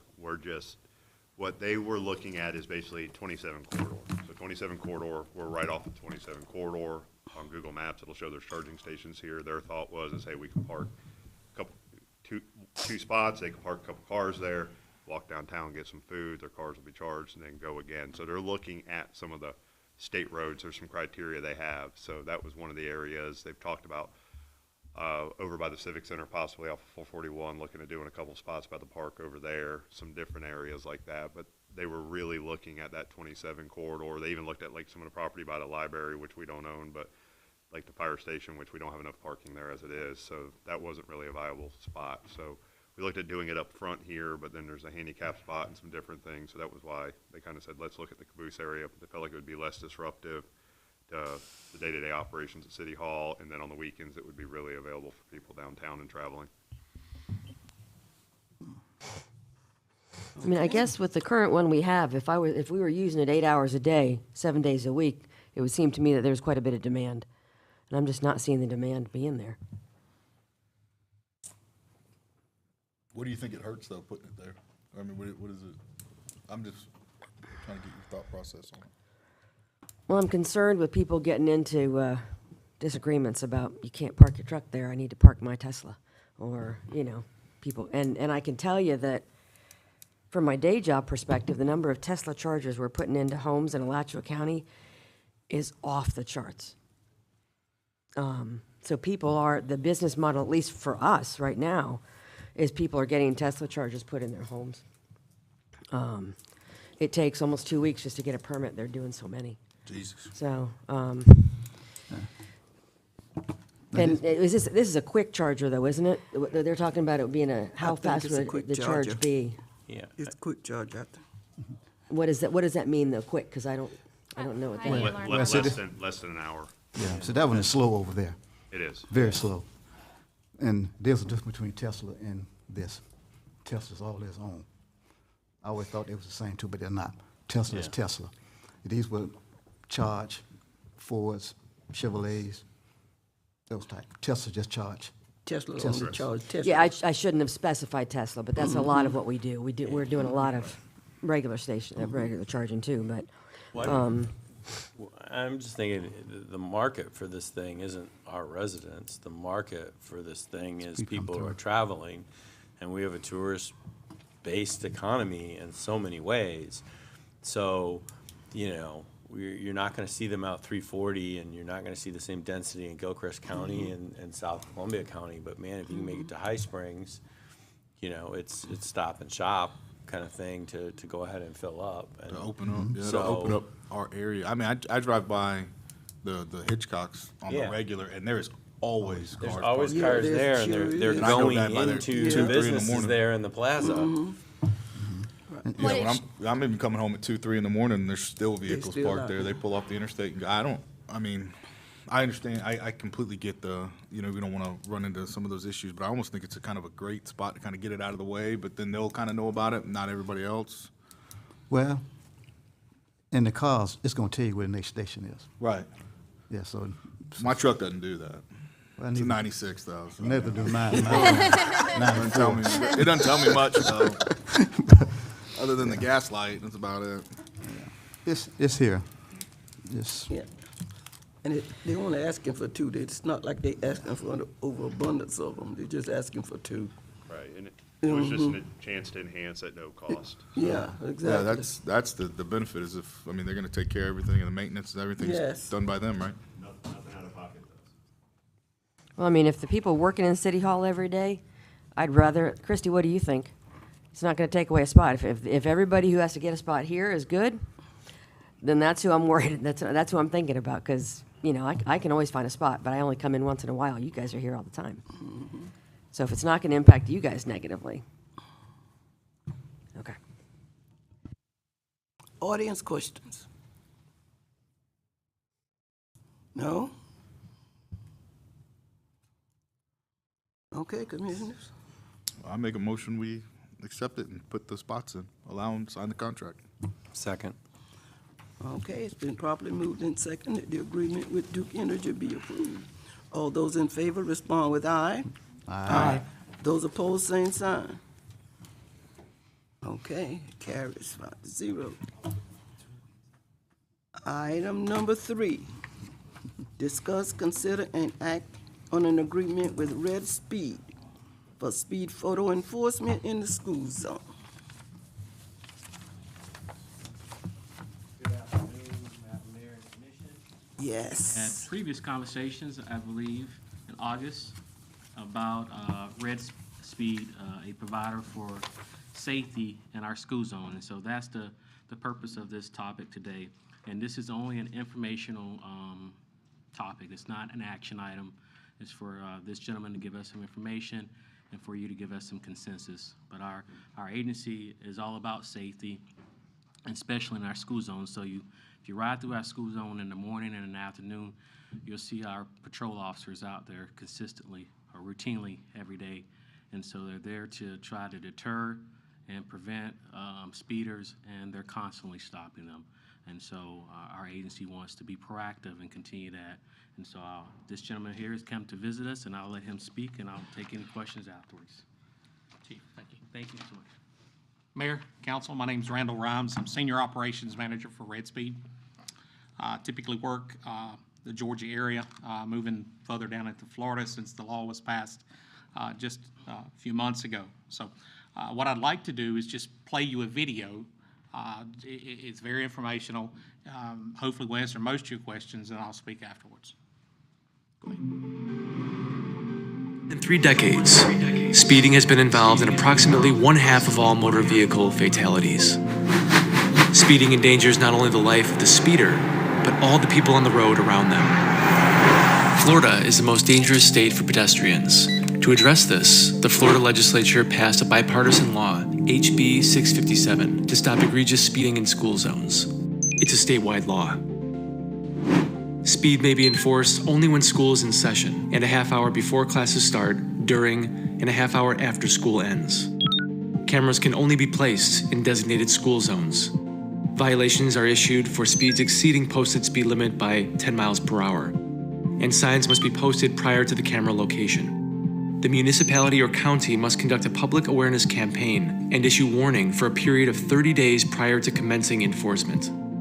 There's a $100 civil penalty. 60% of the fine is retained by the issuing county or municipality and must be used for public safety, while 40% is divided between various state programs. Red Speed Florida is a turnkey speed photo enforcement provider with 2 decades of experience in creating and maintaining photo enforcement programs for over 120 communities in 4 states. Red Speed will help you identify possible camera locations by conducting in-depth speed studies, compile all necessary paperwork for permit applications, purchase, install, and maintain camera equipment, and provide full back-office support for the entire violation lifecycle. All services are provided at no cost to your community and are paid for by fines to the violators exceeding the school zone speed threshold.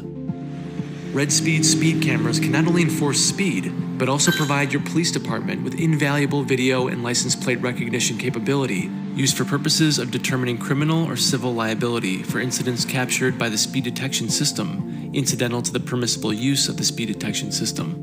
Red Speed's turnkey photo enforcement solution improves school zone safety, provides revenue for public safety initiatives, and comes at no cost to the municipality.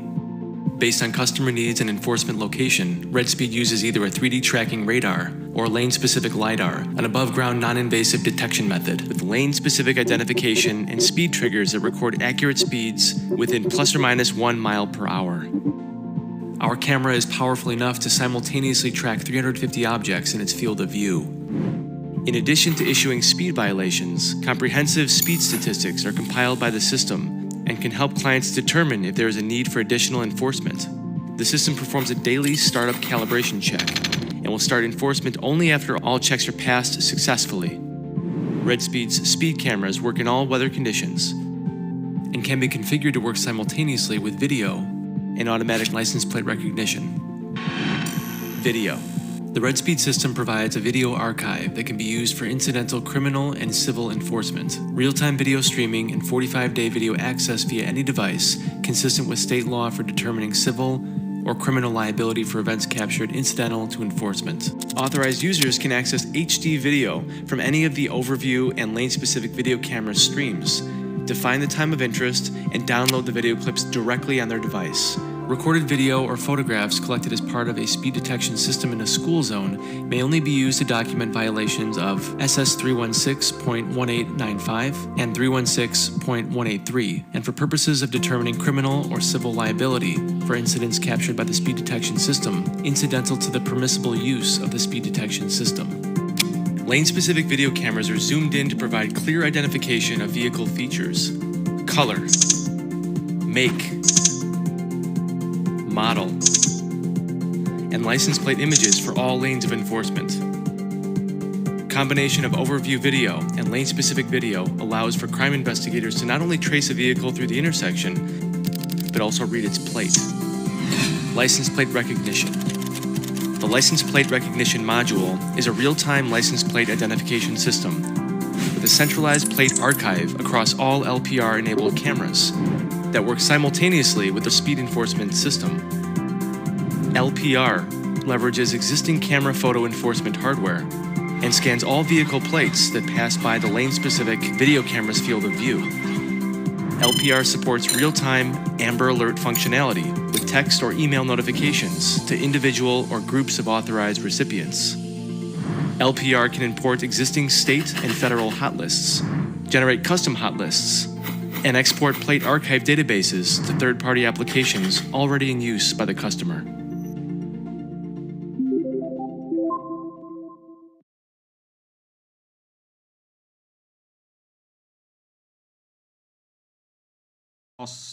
Greg Parks, and he apologizes for not being able to be here tonight, has done a speed study in front of one of your local schools here. I've got the information here.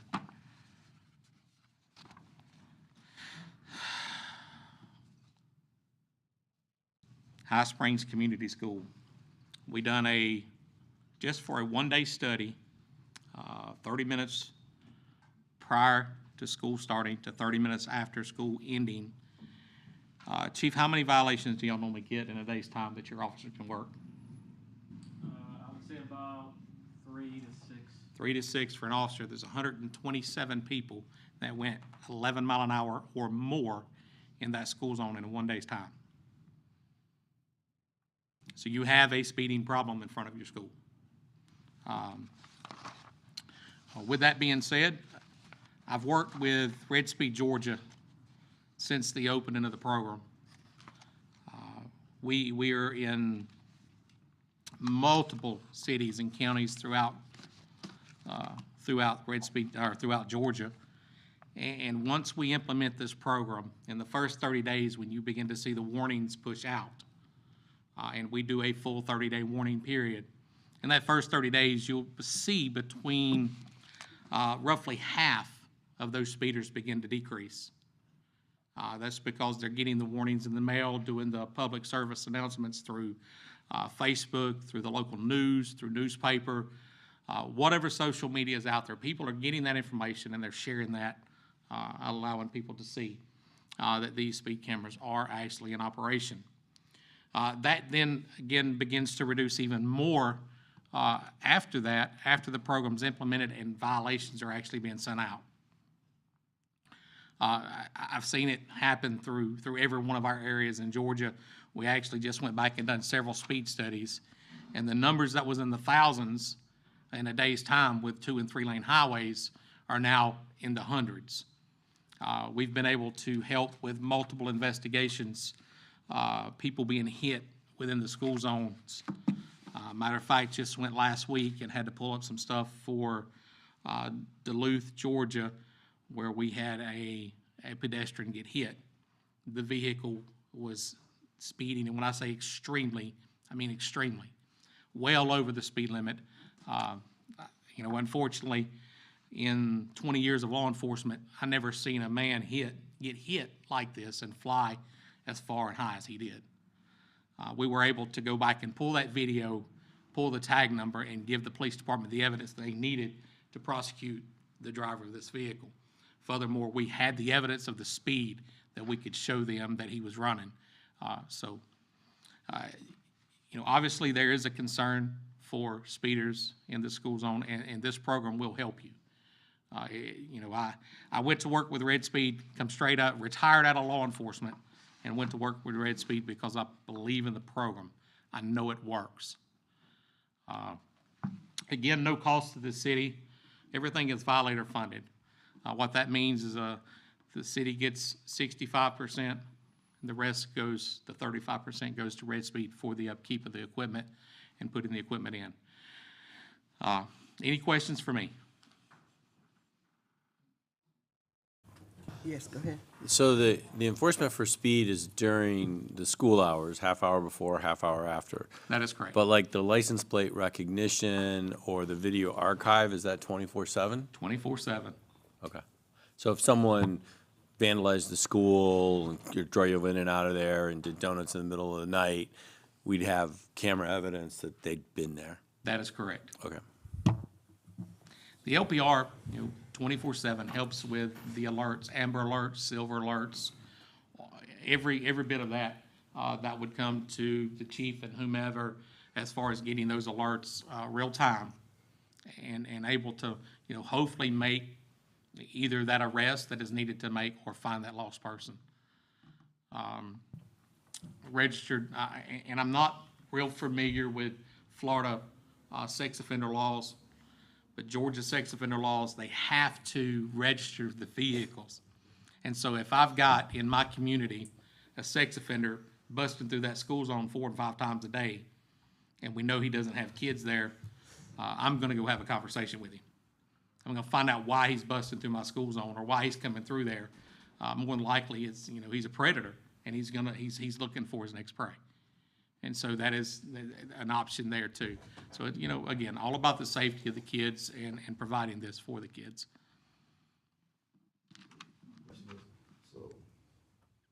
Somebody do a criminal act.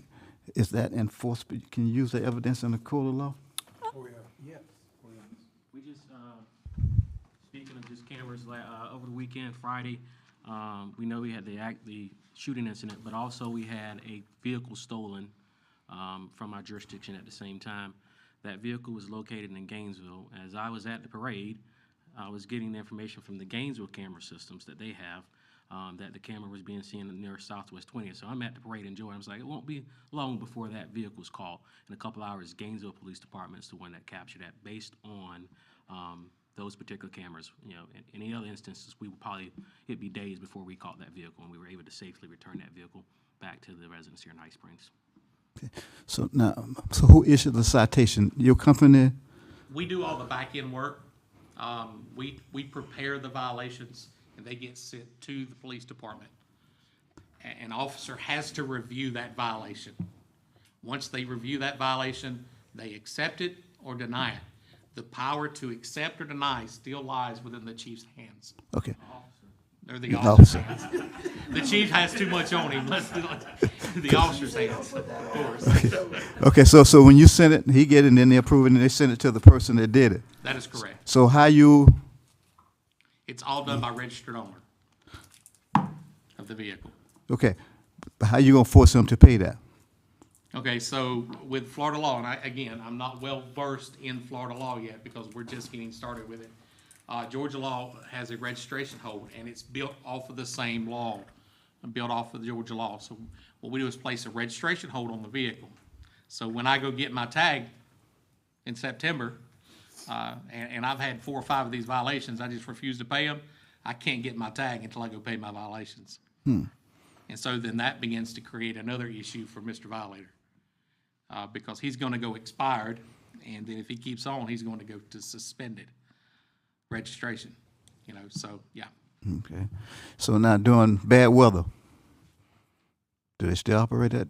So operates. If school's in session, we will operate. So if it's raining and all that good stuff, is still gonna? Yes, sir. Okay. We're able to see the violations. We're able to see the tags clearly. We use the best cameras. We don't skimp out on camera equipment. I kind of put it like this: if I skimp out on camera equipment and put cheap stuff in that camera, then my guys has got to continue to go out there and replace it. So I need them doing other things, installs, and so we're putting the best equipment that we can put in these cameras. Yeah, and it will make somebody slow down because I was in Tampa trying to get my uncle to the hospital, and I ran through a light. Several months later, I got $100-some ticket in there. Right. So when I'm in Tampa now, I make sure I stop at every stoplight. That's right. That's right. Yes. Enforcement works. Yes. When you're able to enforce, your law enforcement, they're able to do only so much. And 20 years in it, I know they're only able to do so much. Answering calls, civil matters, other things that come up, and people know that. Okay. Madam Mayor, I have a couple questions if I could. In terms of paying the ticket, that's not something I have a lot of experience with. Is this going to be administratively more work for you guys, or is that something they can do online, or do they do it through you, or? Again, all of that goes through us. Okay. On the violation, it breaks it down. To pay this violation, go to this site or call this number. We have 24/7 assistance there on the number. After hours, of course, it's going to be automated. But during regular hours, business hours, there is somebody there they can talk to. Okay. Also filing for a court hearing if they want to come to court. We work closely with the court systems to get a preset amount of court dates throughout the year and how many hearings they want to hear for that session. And so our operators are able to set that court hearing when they call in and say, listen, I just want to fight it. What we see typically is we see at first a high number of people want to fight it, and it moves down to about 1% of people because they figure out, hey, it's pretty hard to get around. So administratively, it's not going to be a burden for you, Chief, or any of your people? And would people not be able to come into City Hall to pay the ticket? It would have to go through you? Would have to go through Okay, us. okay. And what we would do is, we do this for all the communities that we're in business with, is we print up, 1,000 business cards, and it's got, again, the same instructions that's on the violation, the same number, the violation website.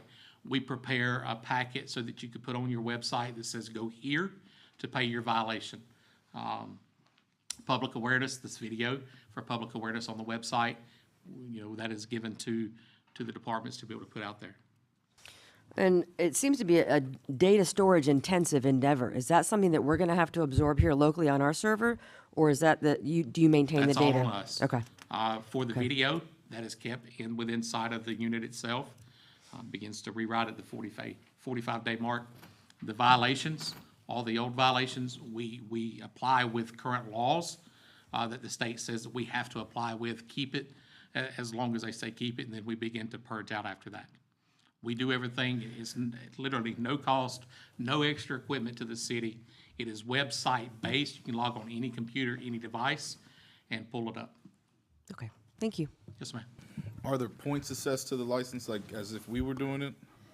Okay, so it's not technically a ticket coming from one of our officers after they review it, it's just, okay.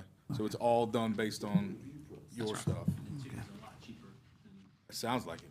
$100 is a lot cheaper. Okay, nothing It else. sounds like we get substantially more. I mean, I don't think most people know that when they cut a ticket for like $250 out there, the city might get a couple bucks out of that, maybe. I mean, all that money goes somewhere else, so. I don't think that he mentioned a mechanism that pay goes to our crossing guard and goes back to the agency, so it'll help pay for the crossing guard that's down there at the school. That's fantastic. Correct. That's correct.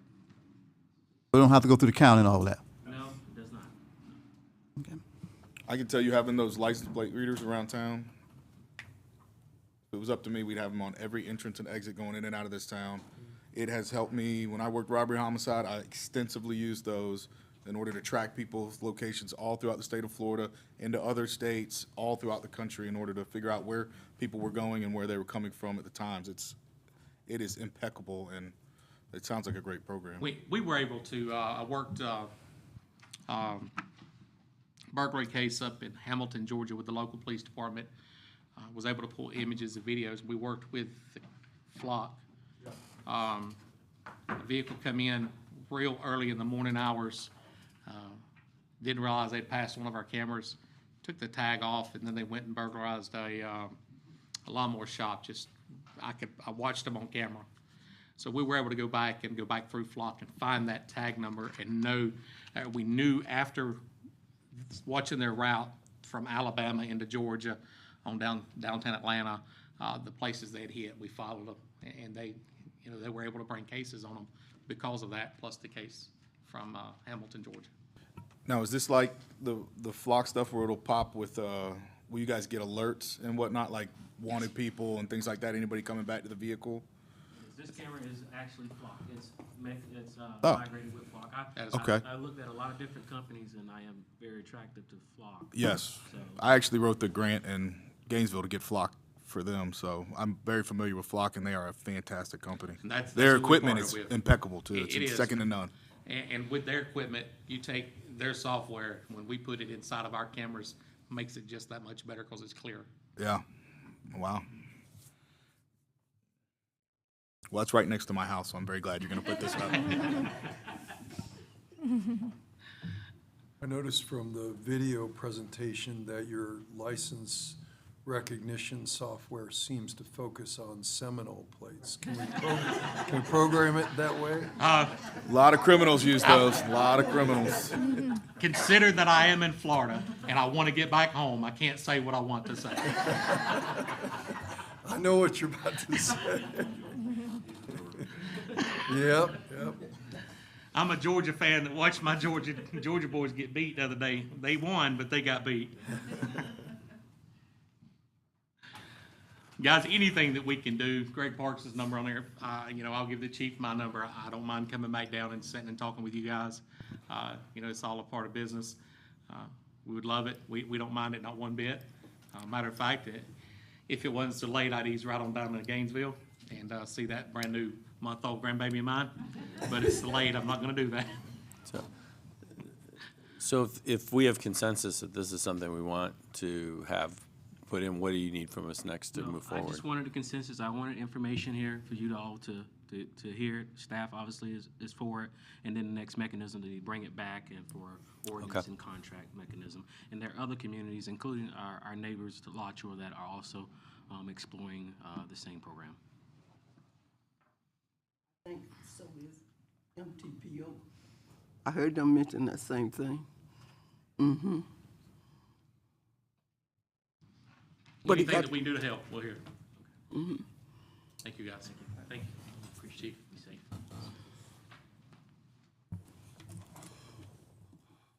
Do you want us to bring back, Madam Mayor, do you want us to bring back an ordinance to that effect? Did you hear that question? They do. They do. It'd be real easy for us to put it in Okay. form. All right, that's All the right, answer. will do.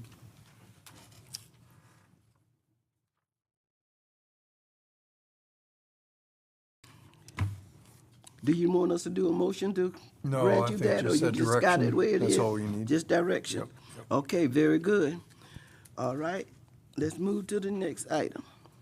Discuss, consider, and provide directions to propose fees in public works, park, fire, and police. Mayor, Vice Mayor, and Commission, this is an effort on behalf of staff to initiate a master fee schedule. What the master fee schedule will do is put all our fees in one place in an appendix in our code of ordinances. So when people have questions of fees, they can go to one place, see what it is, and then it makes it easier to update it every year as we do the budget. You know, some fees have been updated depending on department, as they should be recently, and others it has been some time since they've been updated. And there are fees that some cities charge that we don't, that I think most of staff feels like we should be charging. So this is an effort, basically user fees are fees charged to the person that is getting the service. So when user fees aren't updated or being charged, the service is still being provided, it's just being made up somewhere else by another fund. And so this is an effort so that the general fund's not having to make up for costs that should be paid by a particular user to make things fair and equitable. So over the next several commission meetings, we're going to be bringing a couple departments just so you can start digesting the recommendations of staff. And then after we've gone through all the departments, we will bring forward a master fee schedule written in ordinance form in hopes that y'all will adopt it. So tonight we'll be going over police, fire, and public works. The water and sewer fees for the grinder pump, that will be another meeting because that's a more in-depth discussion. So we won't be going over that today. I will go through the departments, but then I'll let you ask questions to the department heads just for time's sake, is why I'll go over the next couple of slides. So police fingerprinting, currently we charge $5. Our proposal is not to charge anything to residents and $15 for non-residents. Police reports and service and traffic homicide reports, this will be per state statute.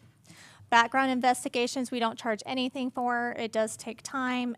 We have investments in equipment, so that we would charge $15 if y'all approve. Alarm registration fees, these would be for commercial and multifamily, new construction and renewals. Currently, we are able to charge $100, and we propose the same amount. We have not implemented this program, so we will. Our intention is to implement it. This is kind of a notice that if y'all are okay, we're going to move forward with that because from what I understand, this has been on the books for some time, and staff feels like it's time to move forward on that. False alarm fees, first false alarm, no charge. Second and third false alarms, $25 is our current fee, and we will be charging $75. And just to note, these aren't random fees that staff came up with. We surveyed other cities so that we are in market with what other cities are doing. Fire department fees, our fire inspection fees and reinspection fees, we have a long list. It's basically based on square footage. Currently, ours is $70 and up. We proposed for our initial fire inspection fees to start at $76 and $198, and then plus $12 for each incremental addition over 25,000 feet. So that's the range, and we propose to increase it to that level. The fire reinspection fees, the re-inspections are typically higher than the initial inspection, and that is to encourage people to do things right the first time. So they are a bit higher, and we've included $24 for each incremental addition over 25,000 square feet. Inspections by special request, which would be same day, after hours, or weekends. Currently, it's $140 per inspection. We are proposing $125 with a 3-hour minimum. That would make it approximately $375. Temporary structures, we do not charge for tents. We do not charge for, there's other smaller fees that are temporary in nature as well. We do not charge for. So we're proposing $50 for the first tent, $20 each additional, and then the other temporary structures would be $50 as well. Equipment, currently do not charge for use of all of our equipment, and so we are proposing $100 for the fire suppression unit, $50 for the brush truck, utility truck, and $75 for the rescue truck. This will help us, we can start putting money aside for repairs and maintenance, and to put money aside for the future for these vehicles. So there is a cost to them, and we should get paid by people that are using them, that we have to use them for. Additional fees, emergency safety plan review. Currently, we do not charge a fee. We'll be charging $100 if approved. And fire hydrant testing, currently we charge $200. For conventional and simultaneous, $400. We propose to stay the same because that is in line with other cities. First aid, CPR first aid combo, first aid class, CPR class, we only charge the cost of cards. We are proposing to charge $20 for first aid and CPR, and then for the combo, $35, and the classes, $20 plus the cost of cards. We are excluding city-sponsored activities and employees, so if we want to offer a class to people in the community and not charge them, then we can. A lot of this is aimed at businesses who have the requirement to get these sort of things, and so that should be included in their cost of business. So we are wanting to recapture money for our services in that manner. Public works fees. Street closings, we don't charge any. We're proposing a $100 administrative fee. Our ordinance for street closings is quite extensive, and it involves a lot of staff time, and it's way over $100. So we don't get these too often, but when we do, it basically makes that when people want to do it, they're very serious about it. And so there's that. Street assessments would be done on a case-by-case basis. Driveway permits, currently charge $149 for residential and $210 for commercial. We're proposing $170 for residential and $230 for commercial. So for instance, when a new subdivision came in, we'd be getting an extra $21 per lot for the driveway permit. That can add up over a number of lots and help us a little. Right-of-way, and it takes time for the men to go out, if there's a certain skill level involved, and that sort of thing. Right-of-way permit, we do not charge anything. We're proposing $55. Water testing, we don't charge anything. We're proposing $25 because we do get calls for water testing from time to time. Backflow inspection, we don't charge anything. We're proposing $125. I've never worked for a city that doesn't charge for backflow inspection. Cemetery locates, we don't charge anything. We're proposing $25. And again, we did survey a number of cities when we came up with these fees. And we weren't trying to get the highest. We were trying to get something similar to our neighboring cities and be within range. So these are the ones that we would like y'all to discuss tonight. And if you have any questions, the department heads here are here to respond to those. If you want us to flash up any departments, let us know. Go back to the fire department.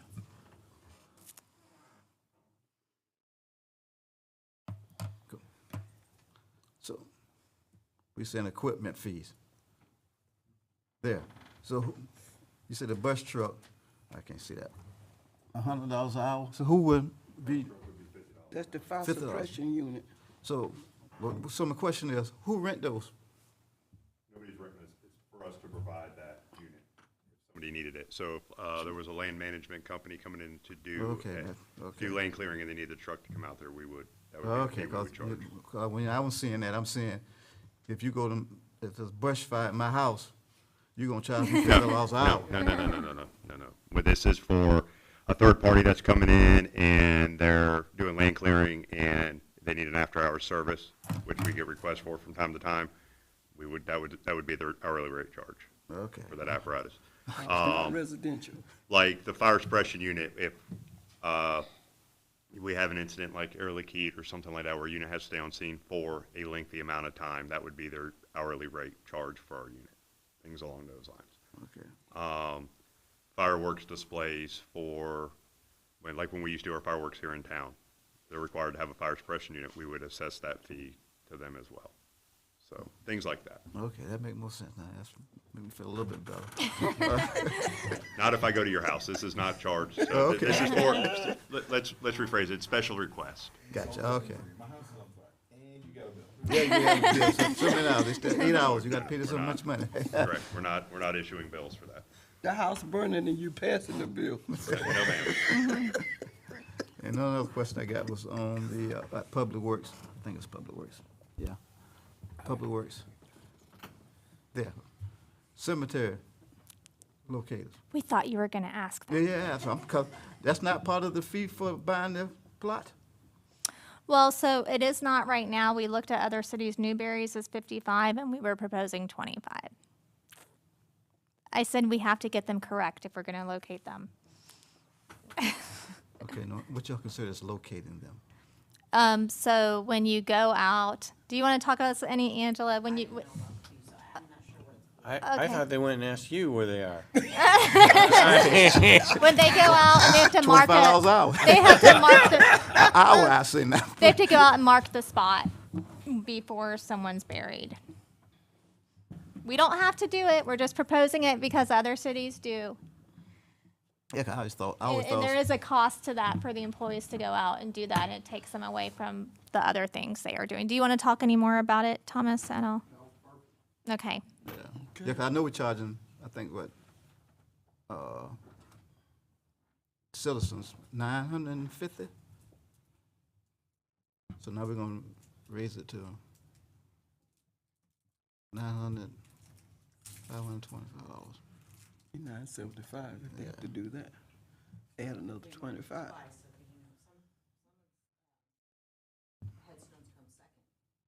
True. It does, sometimes it, some out, some of them. Yeah, then have to go back out there and locate it. Yeah.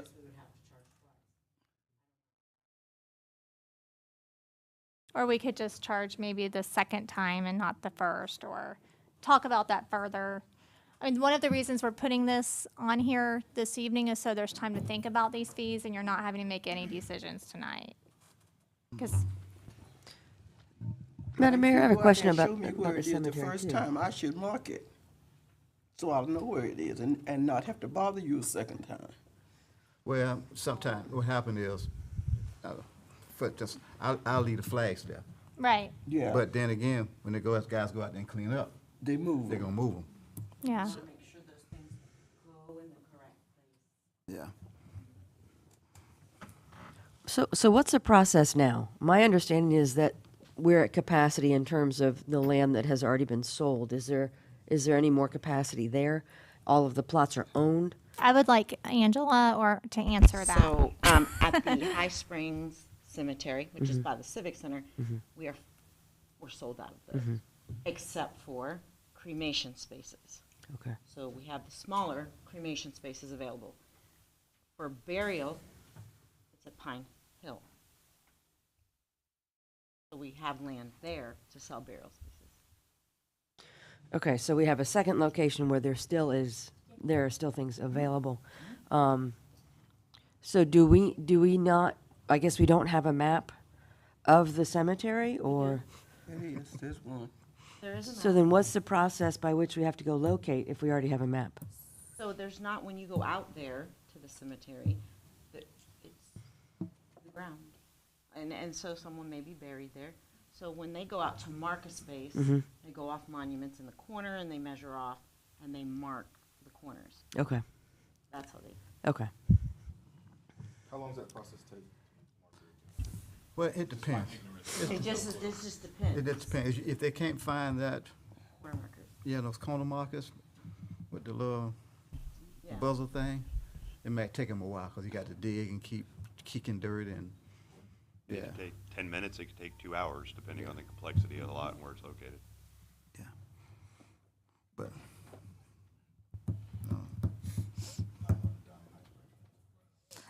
well, I'm gonna be honest with you. It's I should say this on record, but it's much cheaper to bury in High Spring than anywhere else.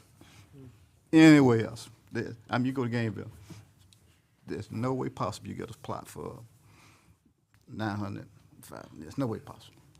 No way. I guess that's something you never really think about. You know, I never thought about dying and having to pay for it. I figured I'd be dead, you know, they just throw me off in the Santa Fe River. A little algae down there. Got to pay for the privilege. The turtles will take me out. So I had a fire question. So like, if someone's doing an event in town and there are food tents and propane tanks, or there are tents there, I mean, what's a tent? A pop-up tent? Or a 20 by 30 tent that gets staked into the ground? By code, anything bigger than 12 by 12 is required to have a fire inspection. Okay. Any food tent is required. So somebody's 10 by 20 that's an instant pop-up, in theory, needs an inspection? Correct. Okay. So, like for Pioneer Days, a number of the vendors have tents that are bigger than that 12 by 12. If we institute this, does that mean we then would have to have a fire inspection on those displays? They have, we're required to do it anyhow. We do it now, we normally do it the Okay, night so, before. so now it would be a new fee that's a part of that I process. go out on the night before, when the food vendors are set up, and do the inspection beforehand. And then I normally catch everybody the morning of real quick and run through. And Just to verify, you know, any tents that are larger that weren't there the night before, but most of the bigger tents are set up, most of the food vendors are set up the night before, and I run through and get with them. And you do this out of the goodness of I your do it heart, do it on a your Fri- salary on a Friday Friday night, night. but we're Been doing- saying we, Been doing it that way charge. since, as long as I've been doing fire inspection, since '04. okay. And again, I mean, it doesn't have to be $50 or nothing. It could be $10, $20, $50. I mean, we're just going off of, What Alachua County currently charges. Yeah. So we went, Yeah. these fees are exactly what Alachua County are charging, so we utilize their fee schedule. Well, and I know in Swanee County, these are, similar fees are charged for the events that are there, whether that's the Chamber doing Christmas on the Square or events at the Spirit of the Swanee Music Park and that kind of thing. So for tents, there was also one that was a special tent fee. Is that the inspection fee, or is that a separate fee just to put up a tent? It'd be a separate fee just to put up a tent, depending on what type of event you're doing. So like circuses, things along those lines. Oh. Not like somebody having a special event and, you know, just putting up a tent and putting That tables would in fall there. under the other one. Or like an event, so let's say if you're doing, let's use Pioneer Days, because there's a lot of tents. That would go under the first tent, and then the 25 each additional, because it's an large event. If you were setting up for an event and you put up one tent and you're gonna do dining underneath it, that would fall under the other one. And any other special structures along those lines for an event that would require it, that are bigger than the 12 by 12 requirement by code. But you're still inspecting the 12 by 12s and not getting anything for it. Is No, that right? It depends on the complexity of the event. If it's, you know, the reason we're showing two is for like all other that aren't listed, let's say, so technically by code, if you have a commercial business and you put a tent up that's bigger than 12 by 12, you're required to have a fire inspection for it. It'd just be one tent would be a flat fee of $50. If it's gonna be like a festival deal, then we'll go into the one of special event permit, let's just say, and you're doing multiple tents. I mean, and they're bigger than 12 by 12, then we'll fall into the other one where we're doing the 50 plus the And if we adopt these fees, will they be applied to people who have already pulled permits? Whenever we decide to make them active as a commission. So anyone who's applied for permits before the effective date, they're at the previous schedule. Okay. After the effective date, they're at these fees. Okay. And the water testing that we had was 0, and now will be 25. Testing for what?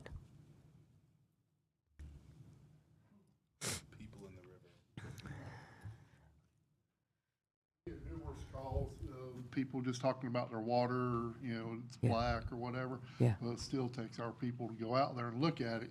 And we do have minor testing that we can do on site, but the main test has to go to, the health department, and that's $25 every time we take that.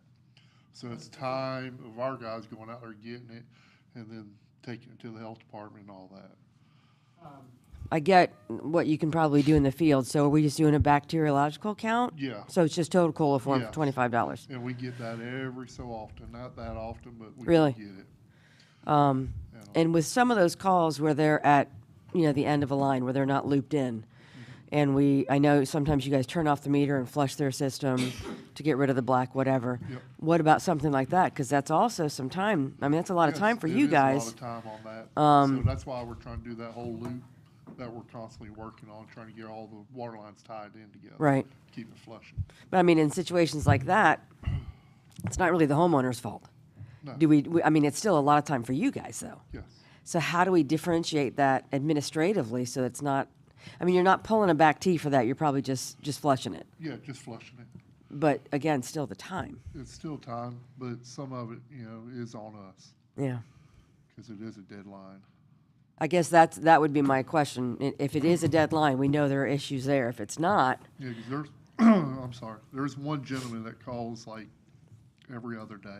really. And all my water tastes like this. Water tastes like this. We go out there and ain't nothing wrong with it. Mhm. He just constantly says it. Yeah. But it's just time from us constantly because we still got to respond to that. And what about, I know you were talking about, we're going to do some lead and copper in tandem with AMI. Do we know how much, are we charging the residents for that, or are we absorbing that cost? The identification is part of the AMI project. It's part of. Okay. And we just did a testing 2 weeks ago. We haven't got all the results back yet. That DEP Are has. required. Yes. For lead and copper? DEP has picked out 60 residents here. Right. That they picked out, not us. Okay. And we had to send samples in. We're just waiting for the results to come back. And how was that for you guys in terms of setting that up? For grabbing that first draw sample, you're depending on the residents to do it. Yep. So We've contacted the residents and sat there and explained it to them. That's a Went lot over of the whole time. Packet that was given to us by DEP. Yeah. And the sterilized container. Right. And then they went through it that way. And they have acid in them? They called us back and we went back the next day to pick it up. Jason worked on Friday and Saturday and Sunday to get all that material back and ship it out. And those bottles have acid in them too? Yes. Yeah. They're all ready. Yeah, that's just, From DEP. with residents, you're always worried about that, but. Okay. Well, that's a huge undertaking though. That's big. Yeah. But at least we'll start getting some results. And I think it would be really good to share those results with folks so they know just how much you're doing. We're working on that. It's a presentation it's a coming back lot to of the work. committee. Mhm. And we're working on an education Yeah. of our water. Yeah. We're working on that now. Yeah. Thank you.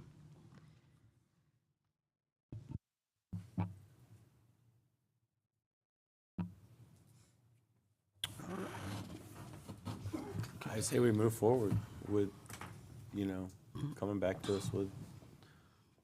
Do we have any questions from anybody in the audience on this? And again, Okay. this is going to, the ordinance isn't written yet, so if you have any questions, come call staff, or at the next meeting, we're gonna have more fees, so you can still bring up the old fees. Can we get printouts of all of the Can we- PowerPoint so that we'll have it as a compilation at the end? Absolutely, yeah. Okay. Yeah. And we will put it all in one document, so you'll have a compilation of one document, and y'all can look at it for a while. Got it. Okay. Very good. I'm just trying to since there's so many departments, I'm wanting to bring it slowly. Okay. All right. We ready to move to the next item, which is the city attorney report. Nothing to report, Madam Mayor. All right, thank you, city manager. We have the Downtown Art Walk on October 14th from 12 to 5. Alachua Habitat for Humanity, Kiana's home dedication is on Thursday, October 19th at 9:30 a.m. And the location is 23087 Northwest 184th Road. The Fall Festival is coming up on Saturday, October 21st, hosted by the Chamber of Commerce, and the Kiwanis also have their pumpkin carving contest. There will be art, crafts, music, games, and food. The Alachua League of Cities is going to be on Tuesday, October 24th. It's going to be held at the Santa Fe Room. Arrival of people at 6:30 p.m., discussion starting at 7 p.m. I understand that there is the candidate forum at the same time. We were supposed to have that last month, but because of the hurricane, we didn't. And so they still requested that we host it this month, even though I understand that not everyone's going to be able to make it. But I did see if we could have changed that date, and she wanted to keep it. Police, October is Breast Cancer Awareness Month. October 6th, the Pink Unit participated in the UF Homecoming Parade. They participated in another event at the Civic Center October 7th to help raise awareness with the nonprofit organization Blossom and Butterfly. Public Works downtown lighting upgrades with new LED lights. Basketball courts at Catherine Taylor Park. And new lighting is being installed this week, and resurfacing begins next week. Douglas Center renovations are moving along. Parks and Recreation, they've updated all parks with new swings and equipment where needed. Literacy tutoring is being offered every Wednesday at 2:15 in the old school. Ballroom dancing is going to be available weekly at the Civic Center once AC is all fixed. The High Springs Farmer Department was deployed to Dixie County for 10 days as part of Engine Strike Team 1301 to provide support to Dixie County Fire Rescue with dealing with the Dahlia's devastation. All expenses, including overtime, will be reimbursed by FEMA. All right. I have a couple things. We, as of 7 o'clock tonight, we have a ratified contract with the PBA, so that is finished. That'll be on the consent agenda for the next meeting. All right. No substantial changes other than we had adopted a pay step plan but not this past budget, the budget before. They've suspended that, took to 3%, so we just had to go in and go for vote on the contract. No real substantial changes there. We have received reimbursement from Hurricane Ian. The funding should be here the middle of October. So for the one deployment that we were missing, they have awarded it. So that should be here in the next couple weeks, just to let you know. And the paperwork is already turned into the state for Aldelia, so we're working on the preliminary stuff with that now. The last thing I have, or which one? Ian is a little, right, 43,000, almost 44,000 is what we'll be getting back. We just got ordinance on. I don't know if it's reflected in the budget or not. I would have to look. Okay. And then Aldelia, the funding request right now for the claim is sitting around 63,000. They've changed a couple ways of funding some stuff with the FEMA schedule, so I'm waiting to see what the kickback will be on that, but I'm guessing it'll be around between 43 and 52, 53 is what we'll get back. And I have one last thing I'm going to hand out to the commission, and then we'll discuss it once I give it to you.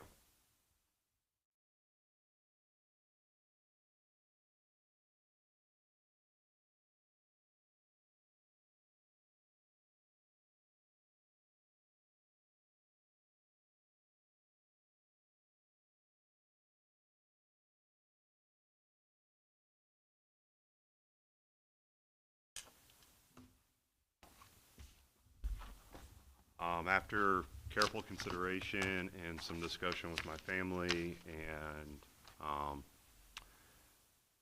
I've decided to tender my resignation with the City of High Springs, effective Tuesday. I will be here for the next 30 to 45 days. My last day in the office will be the 31st. I have some floating holiday I need to burn and a little bit of vacation time. I wanted to say thank you for the opportunities. I've been part of this community my whole life, or at least the majority of my life. I started in this community 27 years ago as a volunteer firefighter, and I've had the opportunities to get to where I'm at today. I couldn't do that without the support of this community or this commission or previous commissions that have been in play. I want to say thank you. I want to say thank you to the staff. I want to say thank you to the citizens. I truly appreciate it. I'm not going to say goodbye with this. I'm going to say I'll see you later. I'm not moving. I'm going to stay in the area. After a lot of discussion with my family and some opportunities that have come up, I have accepted a full-time position with the state of Florida. That being said, I just wanted to say thank you. If y'all need anything from me, you have my cell phone number. Please reach out. I'll still be an active part of the community. I'll still be involved with a lot of the programs that we've started. I'm a firm believer in leaving something better than you found it. I believe that we all have accomplished that. I believe we all have really put forth a lot of effort. As stated in my letter, I have put a lot of blood, sweat, and tears, a lot of time after hours for this community. There's some things right now that we really need to have some reflection on ourselves within this community and looking at where we're at, and really need to persevere like we have in the past and pull together as a community and move forward. But I really do appreciate the time, and I really appreciate the opportunities that y'all have forwarded me. And again, if you need anything, reach out. I appreciate the time. And again, I'll be here for the next 2 weeks. And if you need anything, give me a call. Thank you. Okay. Top that one, Tristan. Yeah, right? No pressure.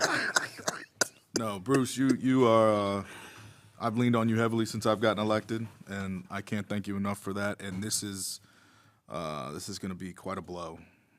It's not every day that somebody with that much time and experience and knowledge of the city walks out. But, you know, I know that it's a reflection on how good our staff is and how good our people are, because the state's going to come down and pick people up, and they could get that from anywhere, and they chose to get it from right here in High Springs. That's just another testament to how amazing our first responders are in this town and how amazing all of our employees are. So, yeah, that's. Thank you. None of my notes are really important now. Bruce, I've said it to you privately, and I've said it publicly. You're the best fire chief we've ever had. And I appreciate your heart more than you know. Yeah, I got no more notes. Thank you. Commissioner Williams. Well, I just want to say thank you. We've been through the good and the bad here in High Springs, so I wish you the best of luck in your endeavor. And I still got your phone number in my phone, so I know where you stay at. Again, thank you for all you've done for the city. I'm going to echo that, obviously, but I just don't really think a lot of people understand how much you do for the city and the different departments in the background. And you can do what you do because of what I call intellectual capital, and that's been your investment in this city. And I truly appreciate everything you've done and do and will do for this city as a resident here. And it'll be a new way for you to engage, and we'll probably have to get used to it and be irritated at times. So thank you. And really congratulations, as Commissioner Grunder said. It is a real testament that the governor has appointed you to the position that you were asked to take on. So thank you. That's pretty wonderful. And the only minor note is I am likely to not be here for the 10/26 meeting. So I'm just letting everyone know that. So. You're retiring too? No. We'll see about that on the 7th.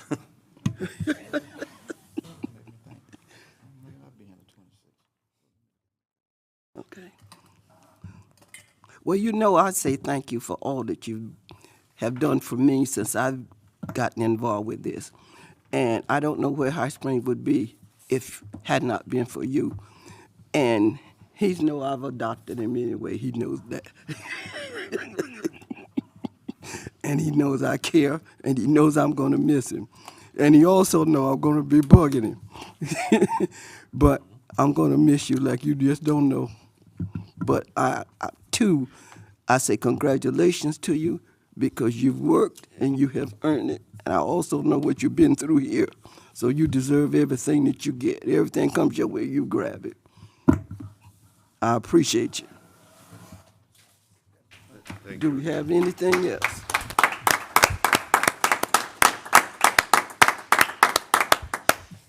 I don't think I'll be here on the 26th neither, so. Wedding anniversary, I got to be there 7 years. So I'll be out of town. I got to look at what's on the 26th. Well, the three of y'all will be here, that's enough. We're not much, but we're on. We'll do it. Y'all can handle it. Okay, yeah, look like I will. We'll be here. All right, motion?